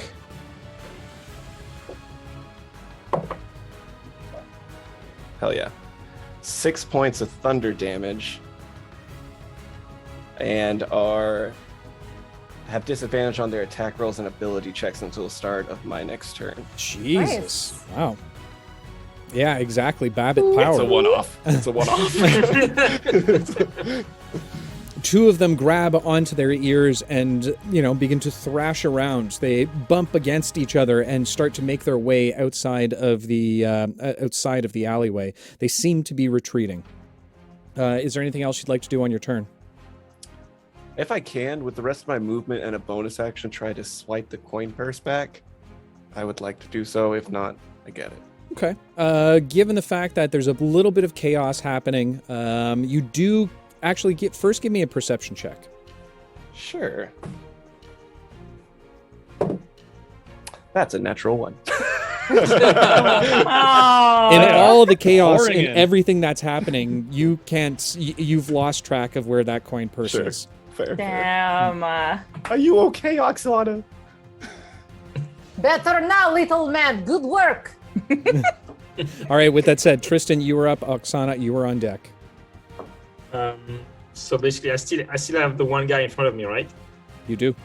Yep. So I will swipe again. Okay. Raising your scythe towards the sky once again, the ethereal blackness surrounding all around it as you come crashing down. It's when you tell me what roll is. 15. 15 absolutely hits. As you slice down into this creature once again, go ahead and roll some damage for me. 6. 6, okay. As you once again swipe down, making a perfect X on the chest of the creature now, you watch as it begins to suddenly almost dehydrate as the blood begins to pour out of it. The necrotic damage that seems to be overtaking it is making it wither away directly in front of you. As it does, it splashes down and falls dead directly in front of you. Is there anything else you'd like to do on your turn? Does Revenant have souls or not? They would. All right. So if I can, I would kneel down towards the body. I would undo the bandages on my hand, and my hand is blue. And 2 coins would appear from it, and I would put the 2 coins on the eyes of the Revenant, and I would say, "Your life was taken. Your soul is angry, but it's time for you to cross." And I would press it on their forehead, and their souls would leave and go to the afterlife. Okay. As you press down on the forehead, the rest of the body starts to turn a very, very gray white. And I would stand again. Okay. As you stand back up, ready to take on the other 2 that are directly in front of you. One that's kind of 2. got pushed. So there's 2 that are left in front of the doorway. There's one's prone right now. One's in combat with Sicarius. The other just got thrown off to the side. It's kind of a little bit ways behind you. Oksana, you are up. Sicarius, you're on deck. Oxana will try to grab the neck of the guy who's standing in front of her, and I'm gonna take the butt end of my axe and I'm gonna kind of hit him in the head with it, and I'm gonna be like, "Give me my money!" And she'll hit him as many times as she can. Give me really. my fucking money. Love it. So, and guys, I know what the problem was. Okay. I was using Eli's dice. So, Oh, that's okay. it. Yeah. rest in peace, buddy. Rest in You peace. goofed. Missed you. Yeah, you screwed Missed it up. you. Yeah. Okay. First, I want you to go ahead and make a grapple contest with me. So Okay. either roll an athletics or an acrobatics check. Okay. That is going to be 12. 12. That absolutely beats it as you grab onto the neck of this gang member, pulling your axe back and screaming out something about your money. You can go ahead and have advantage on your attack rolls. Hey. Okay. Nat 20. Oh, shit. Oh, boo, boo, boo, boo. That's what we needed. So you had the first nat 1 Okay. and the first nat 20. That's amazing. Sure is. So that is going to be, I'm just doubling my damage, right? Yep. That's 12 points of bludgeoning. Oh, yeah. As you come down, you crack him directly in between the eyes. As you pull your axe back, he watches as eyes go crossed for a moment before he kind of you let go of the neck and he falls backward unconscious. And then for my bonus action, I will attack again. Is there anyone around me that I can grab? There is one last individual who seems to be the leader, if you will, of the gang. And he's within arm's reach. He's not far from you. He's probably about 10 feet away. You still have movement speed. Okay, I'll walk up to him. Okay. And then I'm gonna hit him again on the top of the head with the butt end of my axe. Okay. Go ahead and So- make an attack roll for me.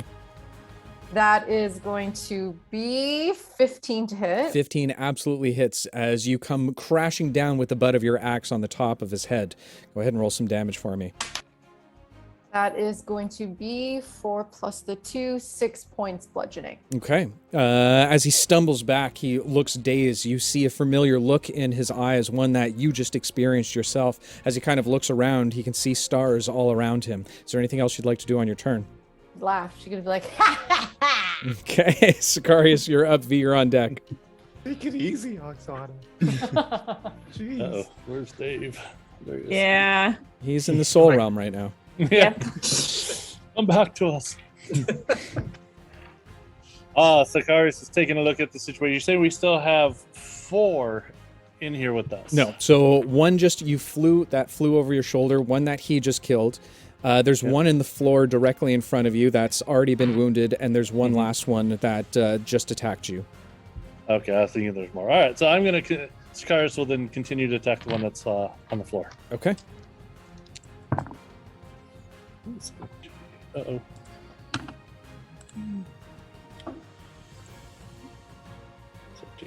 So I just take my great sword and I come straight down on him again with a 22 to hit. The 22 absolutely hits as you slice down with your broadsword. Go ahead and roll some damage for me. That'd be 13 points.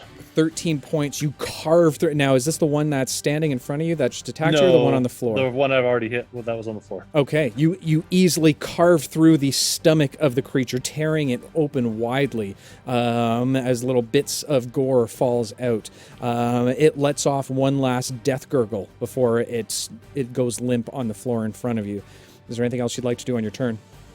No, that should do it. Just get ready for my next attack on the other one that's still there. And today is not the day I die. Okay. That's what we say to the death guy. Yeah. V, you're up. What would you like to do? Basil, you're on deck. V will. So the Basil's in front of the last one that's still there, right? Correct. So V will. I guess, take her. Tennis is the one who's fighting with the last one that's there. The others have now run off down the alleyway in super fear. Okay. So the one that's left, V will use her movement, and she'll sort of do like this backspin around. Shoot, what is his name? I keep wanting to call him Tristan, but that's not it. Tennis? The T guy. Tennis. She'll do like a pirouette behind Tennis, and then come around just like through his arms, and then try and stab with her rapier. Ooh. Fancy. Tennis. Okay. Very fancy. All right. Go ahead and make an attack roll for me. Oh my god, I rolled a 17. That's 5, 17, 18, 19, 21, 22, 22. Sorry.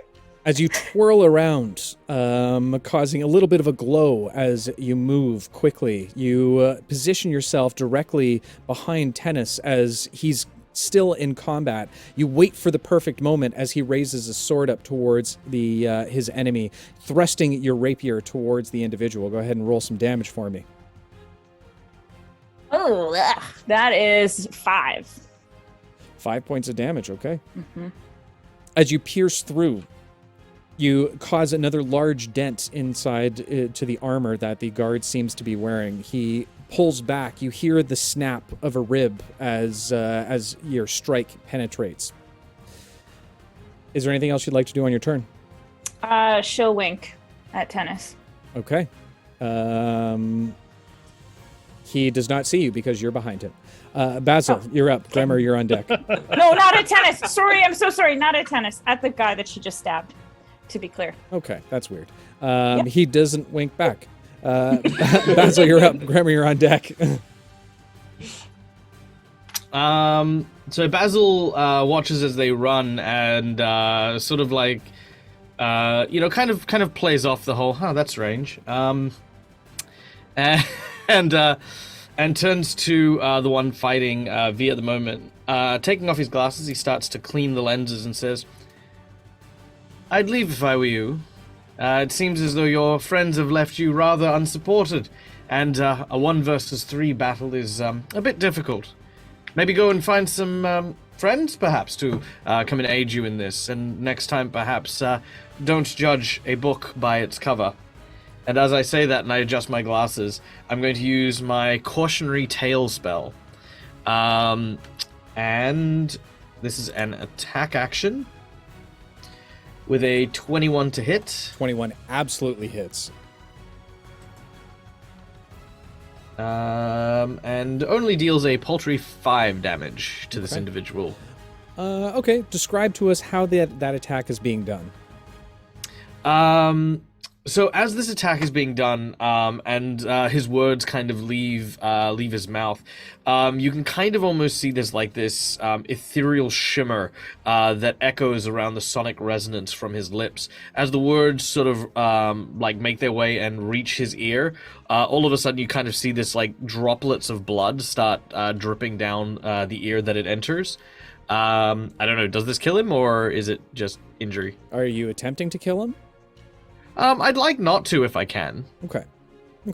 But yes, basically, his ears start to bleed from the words, almost as if hearing them has caused ruptures to sort of happen among his inner ear, disorienting and kind of just sending these shrill shivers down the back of his neck. Okay. As he grabs onto his ears from the shrill sound, he lets out a bellow as he looks up in time to see V wink at him. He turns and begins to also run down the alleyway.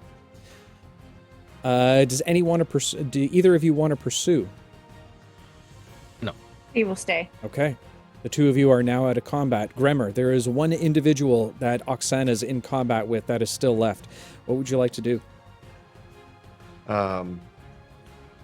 So Gremmer's going to sneak up behind him and very quickly do a front tuck onto his shoulders, and he's gonna try to bite down on his shoulder.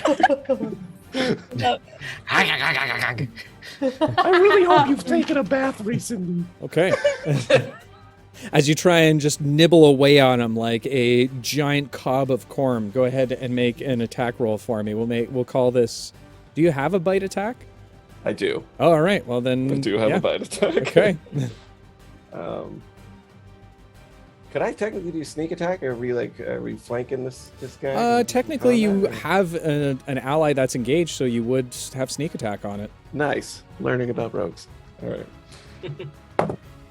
That is a 15 to hit for the bite attack. 15 absolutely hits.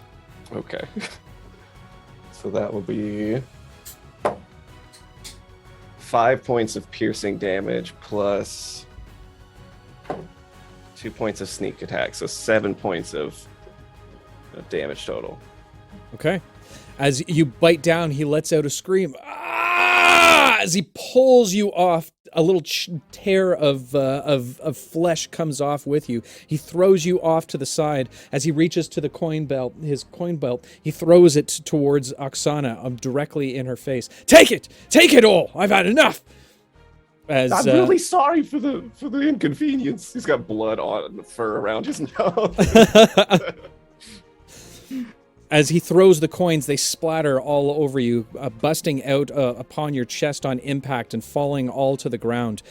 He quickly begins to run past you. Oxana, you do have an opportunity attack if you'd like to take it.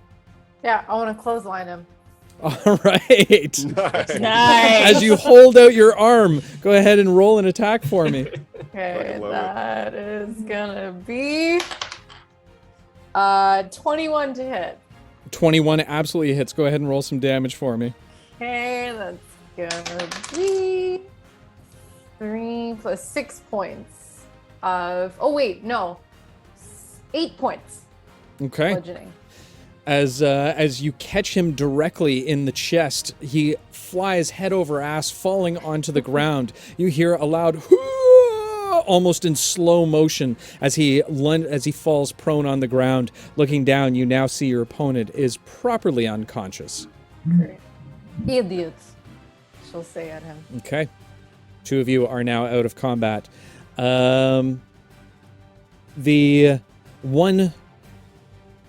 The two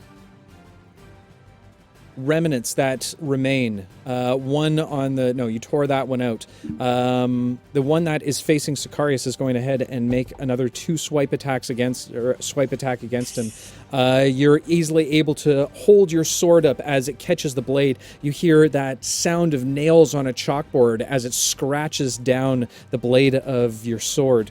The other now begins to approach from behind you and is going to try and take an attack from the behind. It catches you as it tears down your back. You take another 4 points of slashing damage. Oh, that hurts. 4? I don't like that look where you're I know. As the Tristan, you watch the creatures now flanking your companion.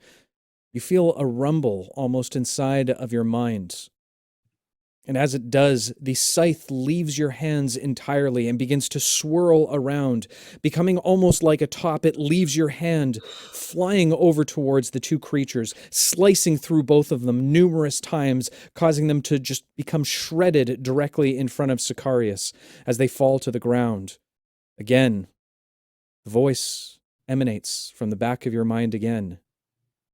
He is important for later. The fuck? As the two bodies hit the floor. Sicarius will drop to his knee, grab a hold of his necklace and say, please, protect me. And with that, I give myself lay on hands and heal myself for 5 points. Okay.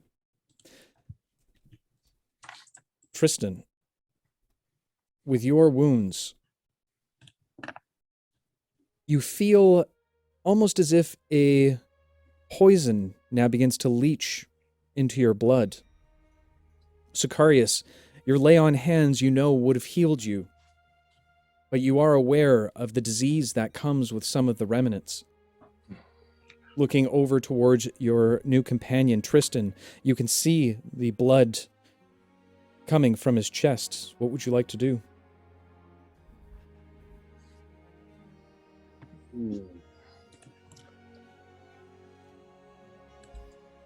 I just used them all. I had 1 or 2 hit points left. Shit.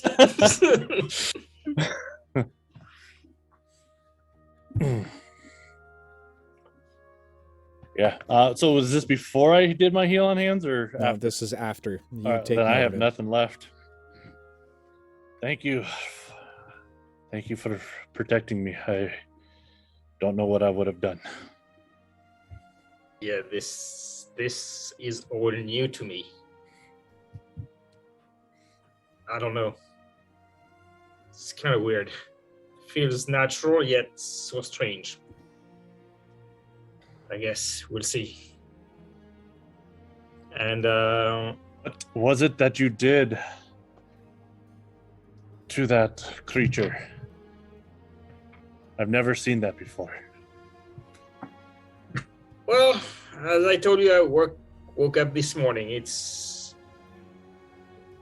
nice. It was helpful, but I've never seen it either. I guess there's a lot to learn. So all this was instinct? You've never done this before? No. Well, it came in handy and I'm forever grateful. I appreciate that. It's been a long time since I've been able to trust anybody.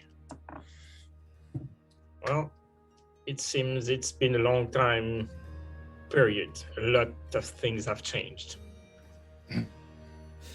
As you say this, Tristan, you feel the burning in your chest now becoming greater and greater. Sicarius, you watch as Tristan falls to one knee.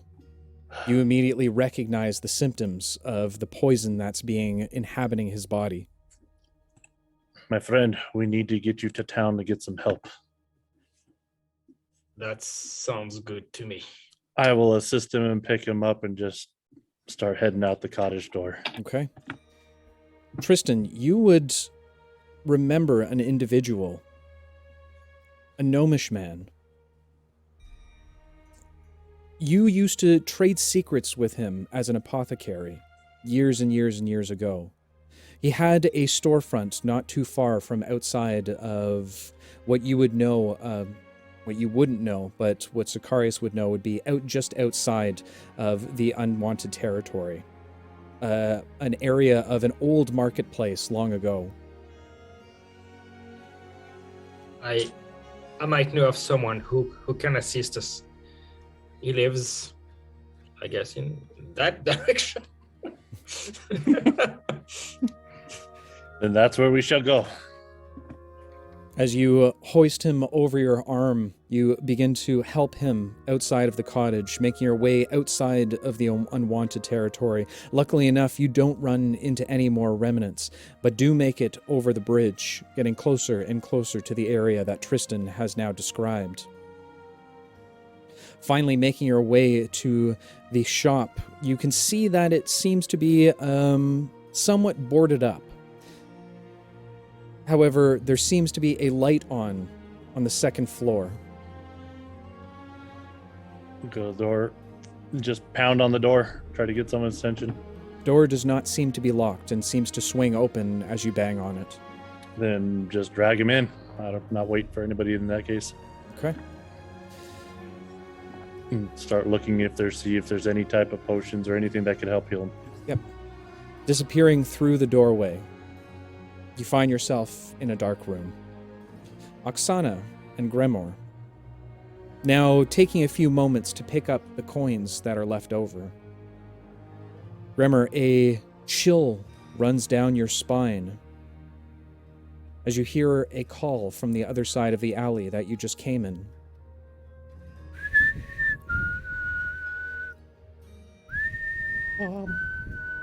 Oksana, we gotta go. Preferably this way, and now. What? What is the matter? Help Let's me just pick go, these up. okay? We gotta leave it. And he starts skittering off down the other's direction, the alley. What exactly? I didn't hear anything. He only. Yeah, heard it didn't You get picked would've- up by the Yeah. mic. What did we hear? Oh, sorry, it was a whistling noise. I have to come up with a new call for that, but you would have recognized that as the call of the pets.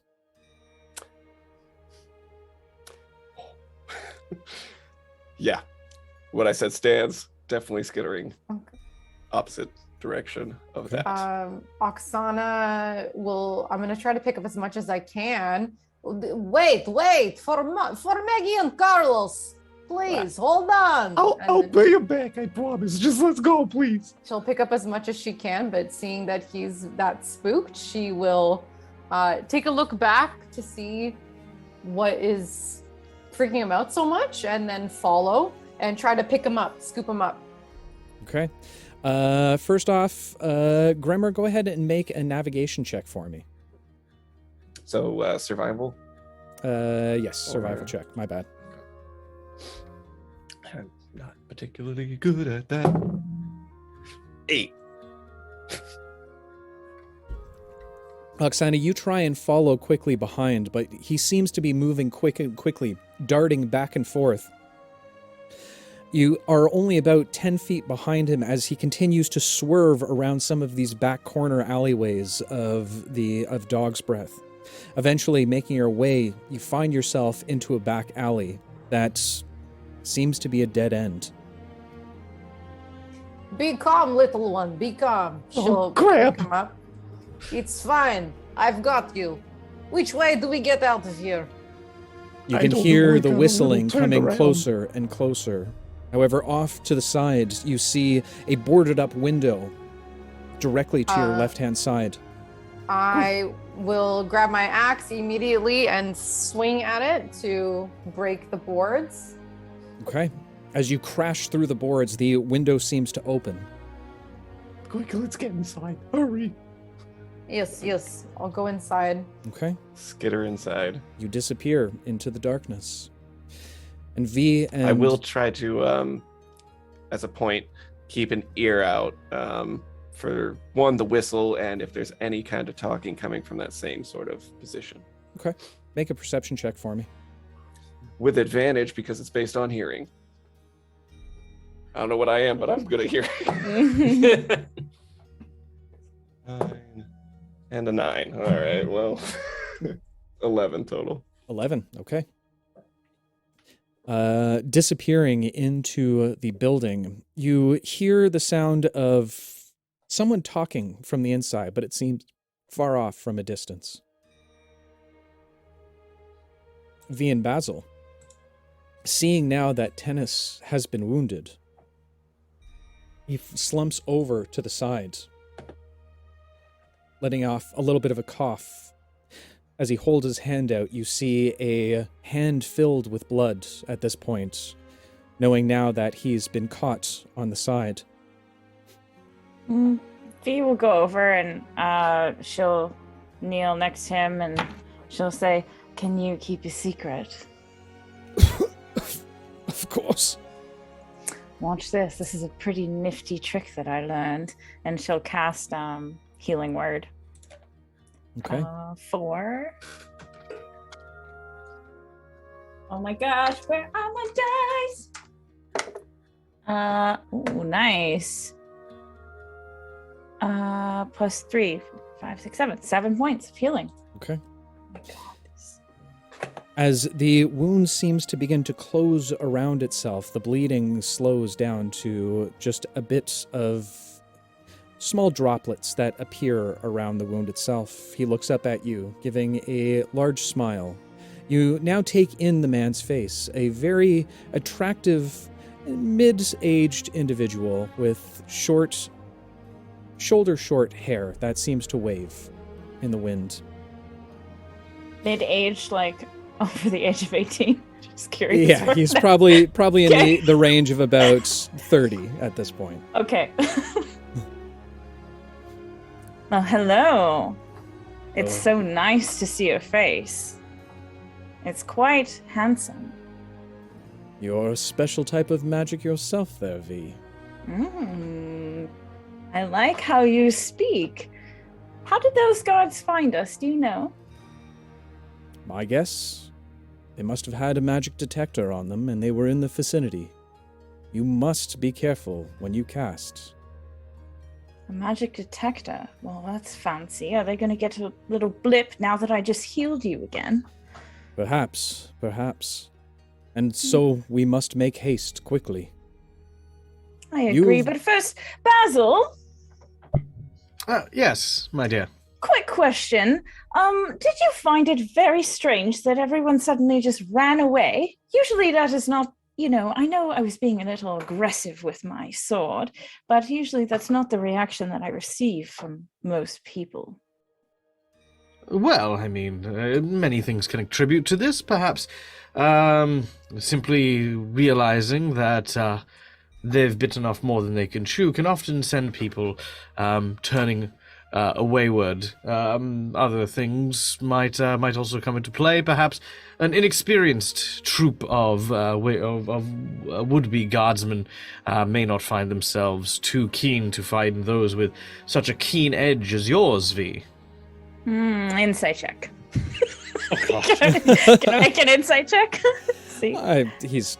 Yeah, sure, go ahead. Okay. Wow, that sucks. But that's 24 a 3. on my deception. Well, that's a 3 for me, so. A delightfully charming individual who is harmless. Oh, it's quite an explanation. I zoned out a little bit there, but I trust you.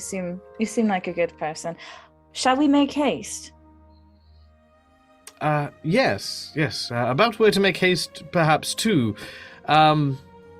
I've got that I covered. know of an individual in the area, at least a place where this individual used to reside. The domicile is more or less in let's say, in occupants for the time being, and might provide us a pause for recompense. I will then presumably go this way towards an old and abandoned house of some kind. Okay.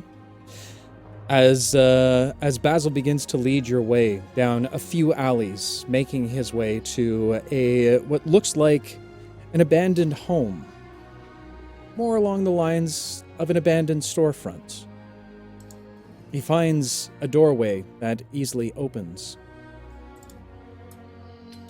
As the two of you enter, you begin to look around, and to your surprise, you see a number of other individuals.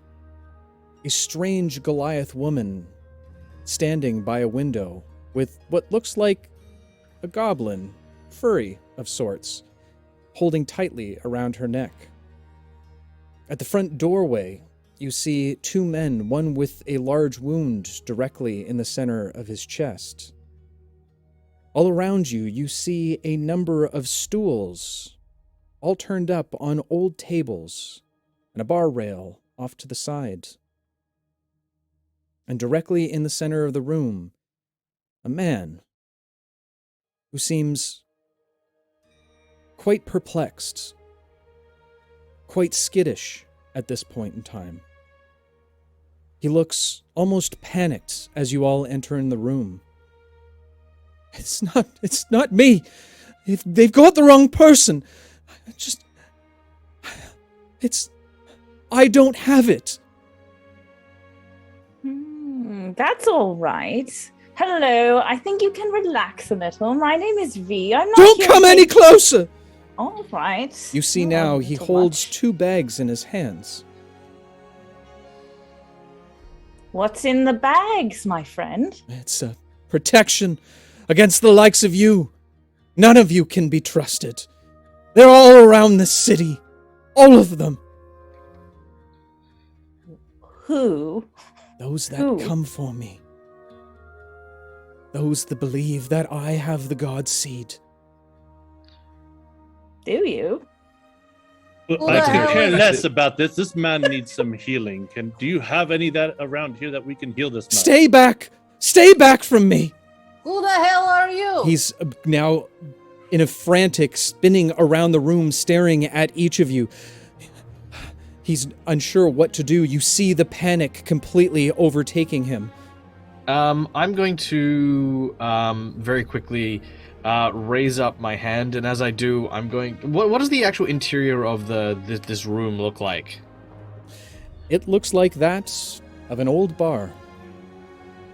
Okay, I'm going to raise my hand over the book, and once again, very unashamedly, I'm going to spin a tale, and I say, "Once upon a time, 5 individuals entered a sprawling tavern with glowing lanterns, and as I do so, I want to gesture and create a more peaceful setting. I want to make it look less like we've cornered this person in a warehouse, and more that we've come to this kind of a peaceful looking, very casual setting with what looks to be like drinks on the tables, a not a lavish feast, but like, pub grub, that kind of stuff laid out just in front of us. Okay. And as I do so, I will say, the man thought that he was in danger, but in fact had never found himself safer than in the company of these wayward travelers, thrust together by destiny's ill wind. The man felt himself at ease as he gazed into the eyes of those that surrounded him and knew the truth, that these individuals did not seem harm for this person, that in fact they needed his help. Those injured, those fleeing, and those simply needing respite. It was he that had all the power, and he who decided their fate. I'm going to try and use the tale to convince him to calm. Okay. Go ahead and roll a persuasion check for me. God damn it, can't I lie to people? Okay, fine, whatever. Hey, has fantastic. it been more than 10 minutes? Because maybe you could use your bardic inspiration. Oh, that's true. I got a 16. Okay. Okay. And I will use bardic inspiration just because I can. The D6. That's an extra 5, so that's 21. The man slowly begins to lower his hands, his breathing becoming more at pace. As Tennis bursts past you.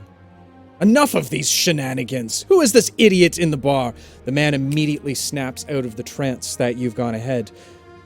Well, none of you will take me then. As he opens up one of the bags, thrusting the other bag of holding into it. Are you fucking kidding me? You watch You as As the man's hand begins to pull itself inside of the bag, he stares at it as almost his skin begins to peel off in front of the other one. A white ember begins to glow all around the bag as he continues to be pulled inward to it. A bright white light bursts out in front of all of you. And so, you meet in a tavern as the walls collapse all around you. And so, our story begins. Let's roll that intro, baby!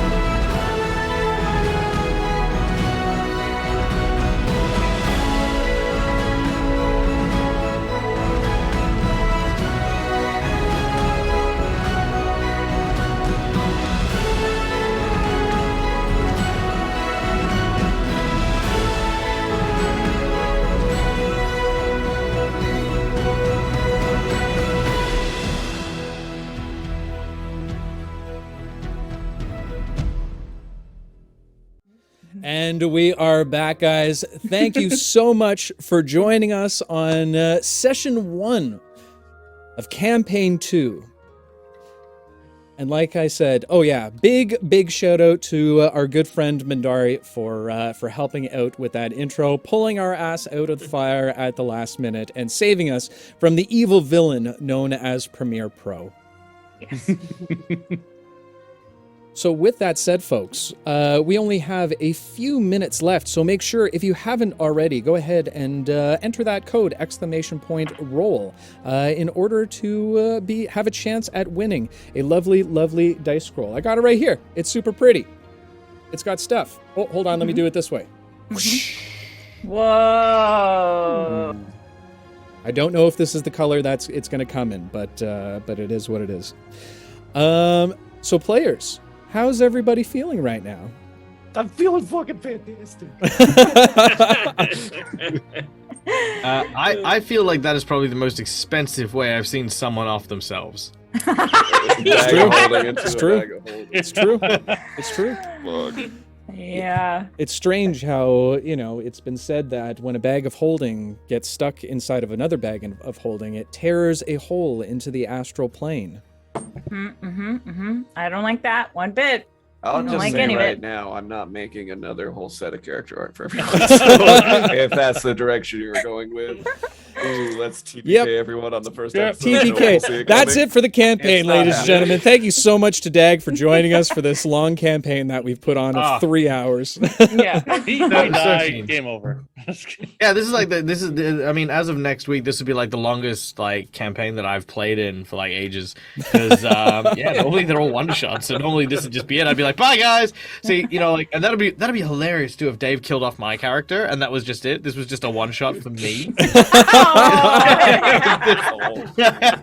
was it. Oh.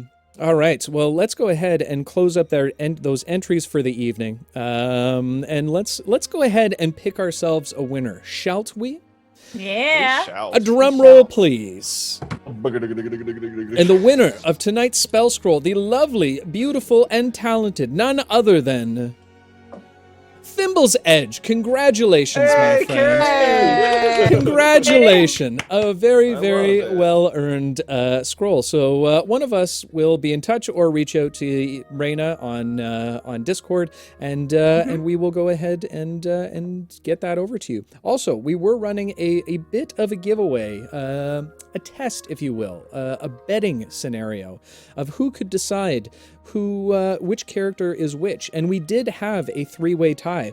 I'm gonna have to figure that out, but we'll keep you posted in our Discord for when I figure out how to figure that out. 3 prizes. Maybe we go on who guessed it first. Timestamp. Timestamp of who guessed it first? Yeah. Okay, should I make the announcement now? Yeah, let's do it. Okay. And the winner is of the... Bobby, buy me some time. Oh, man. Guys, careful cantrip platform. Okay, here we go. What a thing that will be when it happens. Mhm. And the content and just the work that's been put in. I mean, careful cantrip platinum soon to come. I've got my platinum My card gosh. already. We've been over this. I know, I'm excited. Is that enough? I think it's enough time. I think the winner is, and I'll have to double check it, but I'm saying it right now. If I'm wrong, I'm sorry. I'll go ahead and make another one. But the winner of this beautiful official first CC dice. Hold on, let me see if I can get Which he some. holds above the camera. Yeah. Well, there's Well, it's he has different. another one. There's 2 cameras. The first Oh, okay. CC dice. As you can see, it's our little logo right here. Look at that. Ooh, There it is. ooh. Aww. Oh, little tiny logo. And I've messed up my zoom entirely, so hopefully we can get this back in order. It's close enough. Close enough. Let me see if I can adjust this just a little bit more. There we go. That's good enough. I'm going to say that the winner of our first giveaway for the CC Dice is none other than a Coruseb. Did I say that right? Oh, yeah, yeah. Oh, yeah. A Coruseb for Congratulations. guessing 4 of the correct for being the first person. Congratulations. We'll go ahead and reach out to you and make sure that we get that over. Maybe we'll start sending these out. Woo. Okay. With that said, I think that's. Is there anything else I'm forgetting? CC CEO. No, I don't think so. Well, with that said, we're probably going to go pop over into our Discord for a little bit of an after party. So if you want to come hang out with the cast, we will be there very shortly.